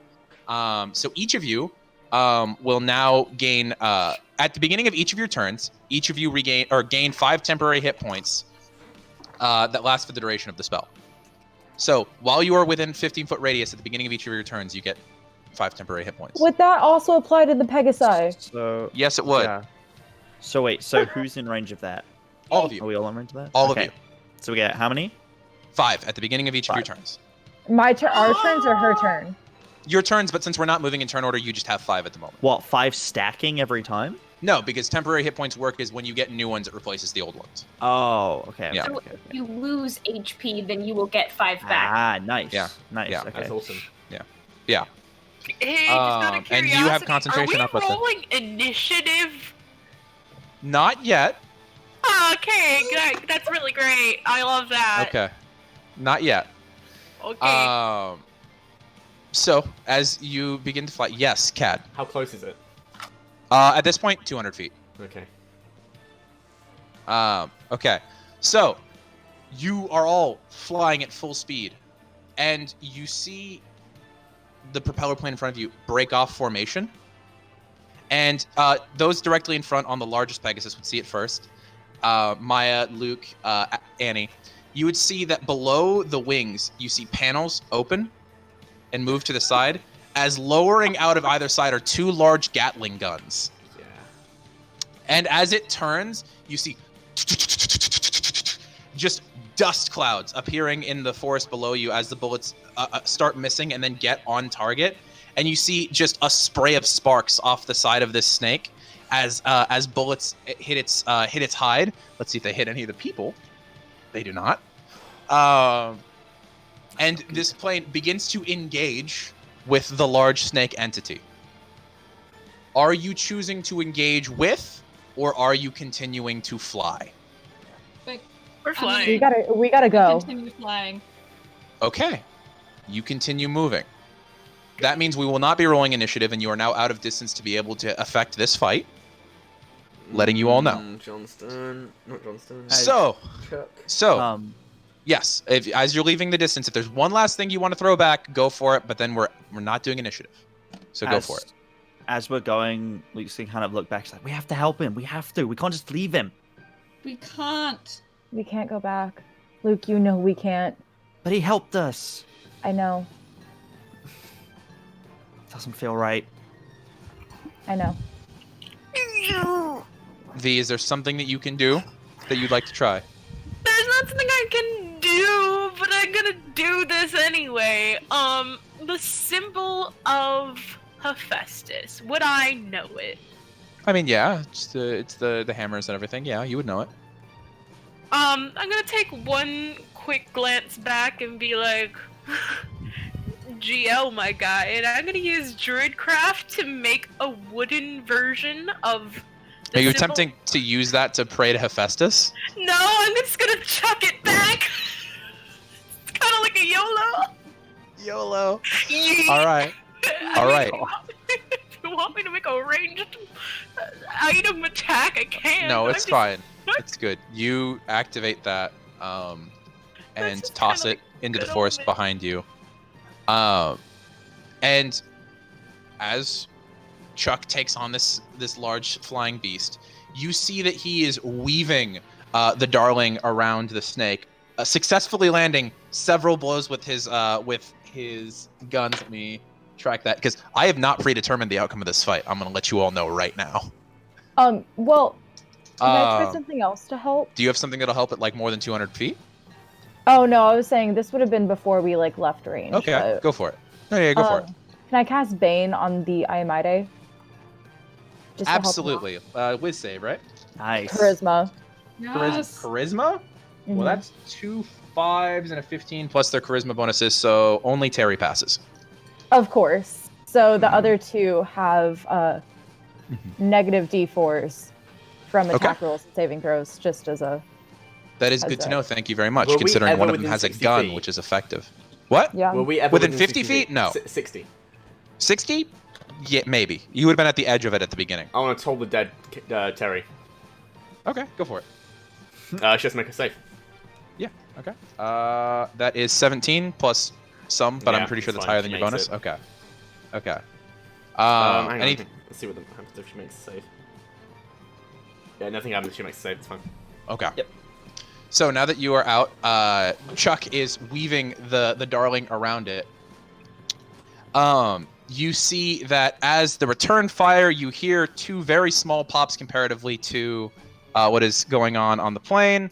So as Duke makes 2 attacks at the cockpit, and that hits. Disadvantage. No, negative D4s. Can I roll Yeah, them, or do you want to roll them? I've been rolling them, but if you would prefer to roll yours, that's fine. I just kind of. You can roll the D4s. Okay. Okay. Good, because Yeah. I rolled 1s on both of them. Good. Good. That's bad for you. It's the 4 is what you want. Bad You for want me. max. Sorry. Yeah. No, it's good. You're good. You're good. Next thing. That's why I was giving you the opportunity to like roll. But he hits. Let's see. Charlotte's gonna fire a few arrows. Disadvantage? No, not disadvantage. Sorry. The minus the d4s. I've got the d4s. Do not worry. I got you. Boo boo. And only one of those hits out of those 3. Okay. So, as the darling comes across one side of the sky, you see the serpent arcing around it, and the 3 people who are on it, you see bullets flashing across the sky towards the cockpit. 3 arrows fly outwards, scraping off the wings. 1 landing through the cockpit, and then you see 1 dagger getting thrown. And as it gets thrown on that nat 20, it's going to go through, and it just shears off the top like foot of glass. And you get worried for a second, and then you see a cowboy hat poke back up out of it. Let's see here. So now it's the serpent's turn. It's gonna make a strength check. Okay. So the serpent, as you see, its tail flips out behind it and just smacks the side of the plane. Let's see if he can hold it in the air. That's gonna keep it in the air for now. The darling veers off course but does not crash. And Chuck brings it back up around, getting another round of attacks up on the serpent. Oh shit, that one's a hit. Okay. So you see this red spray appear across the side of the serpent as up the side of one wing, it just bleeds. And that's going to deal enough damage to activate that. So as it begins to just bleed up in the sky, it begins to slow down and lose altitude. It's going to go ahead and make another attack on the darling, however. And that's a 20. So it's going to roll that athletics check with advantage. And that's going to, let's see if Chuck can hold it in the air. So you see as the serpent begins to go down, its tail whips up and wraps around the end of the darling's wing and rips it clean off. And the darling begins to lose altitude with the snake. And then you hear, as you see a seat just get rocketed out from the darling. Oh, Annie, you feel terror in your gut as you look back, and you feel it from half a mile away at this point. A gear that jams, and you don't see a parachute.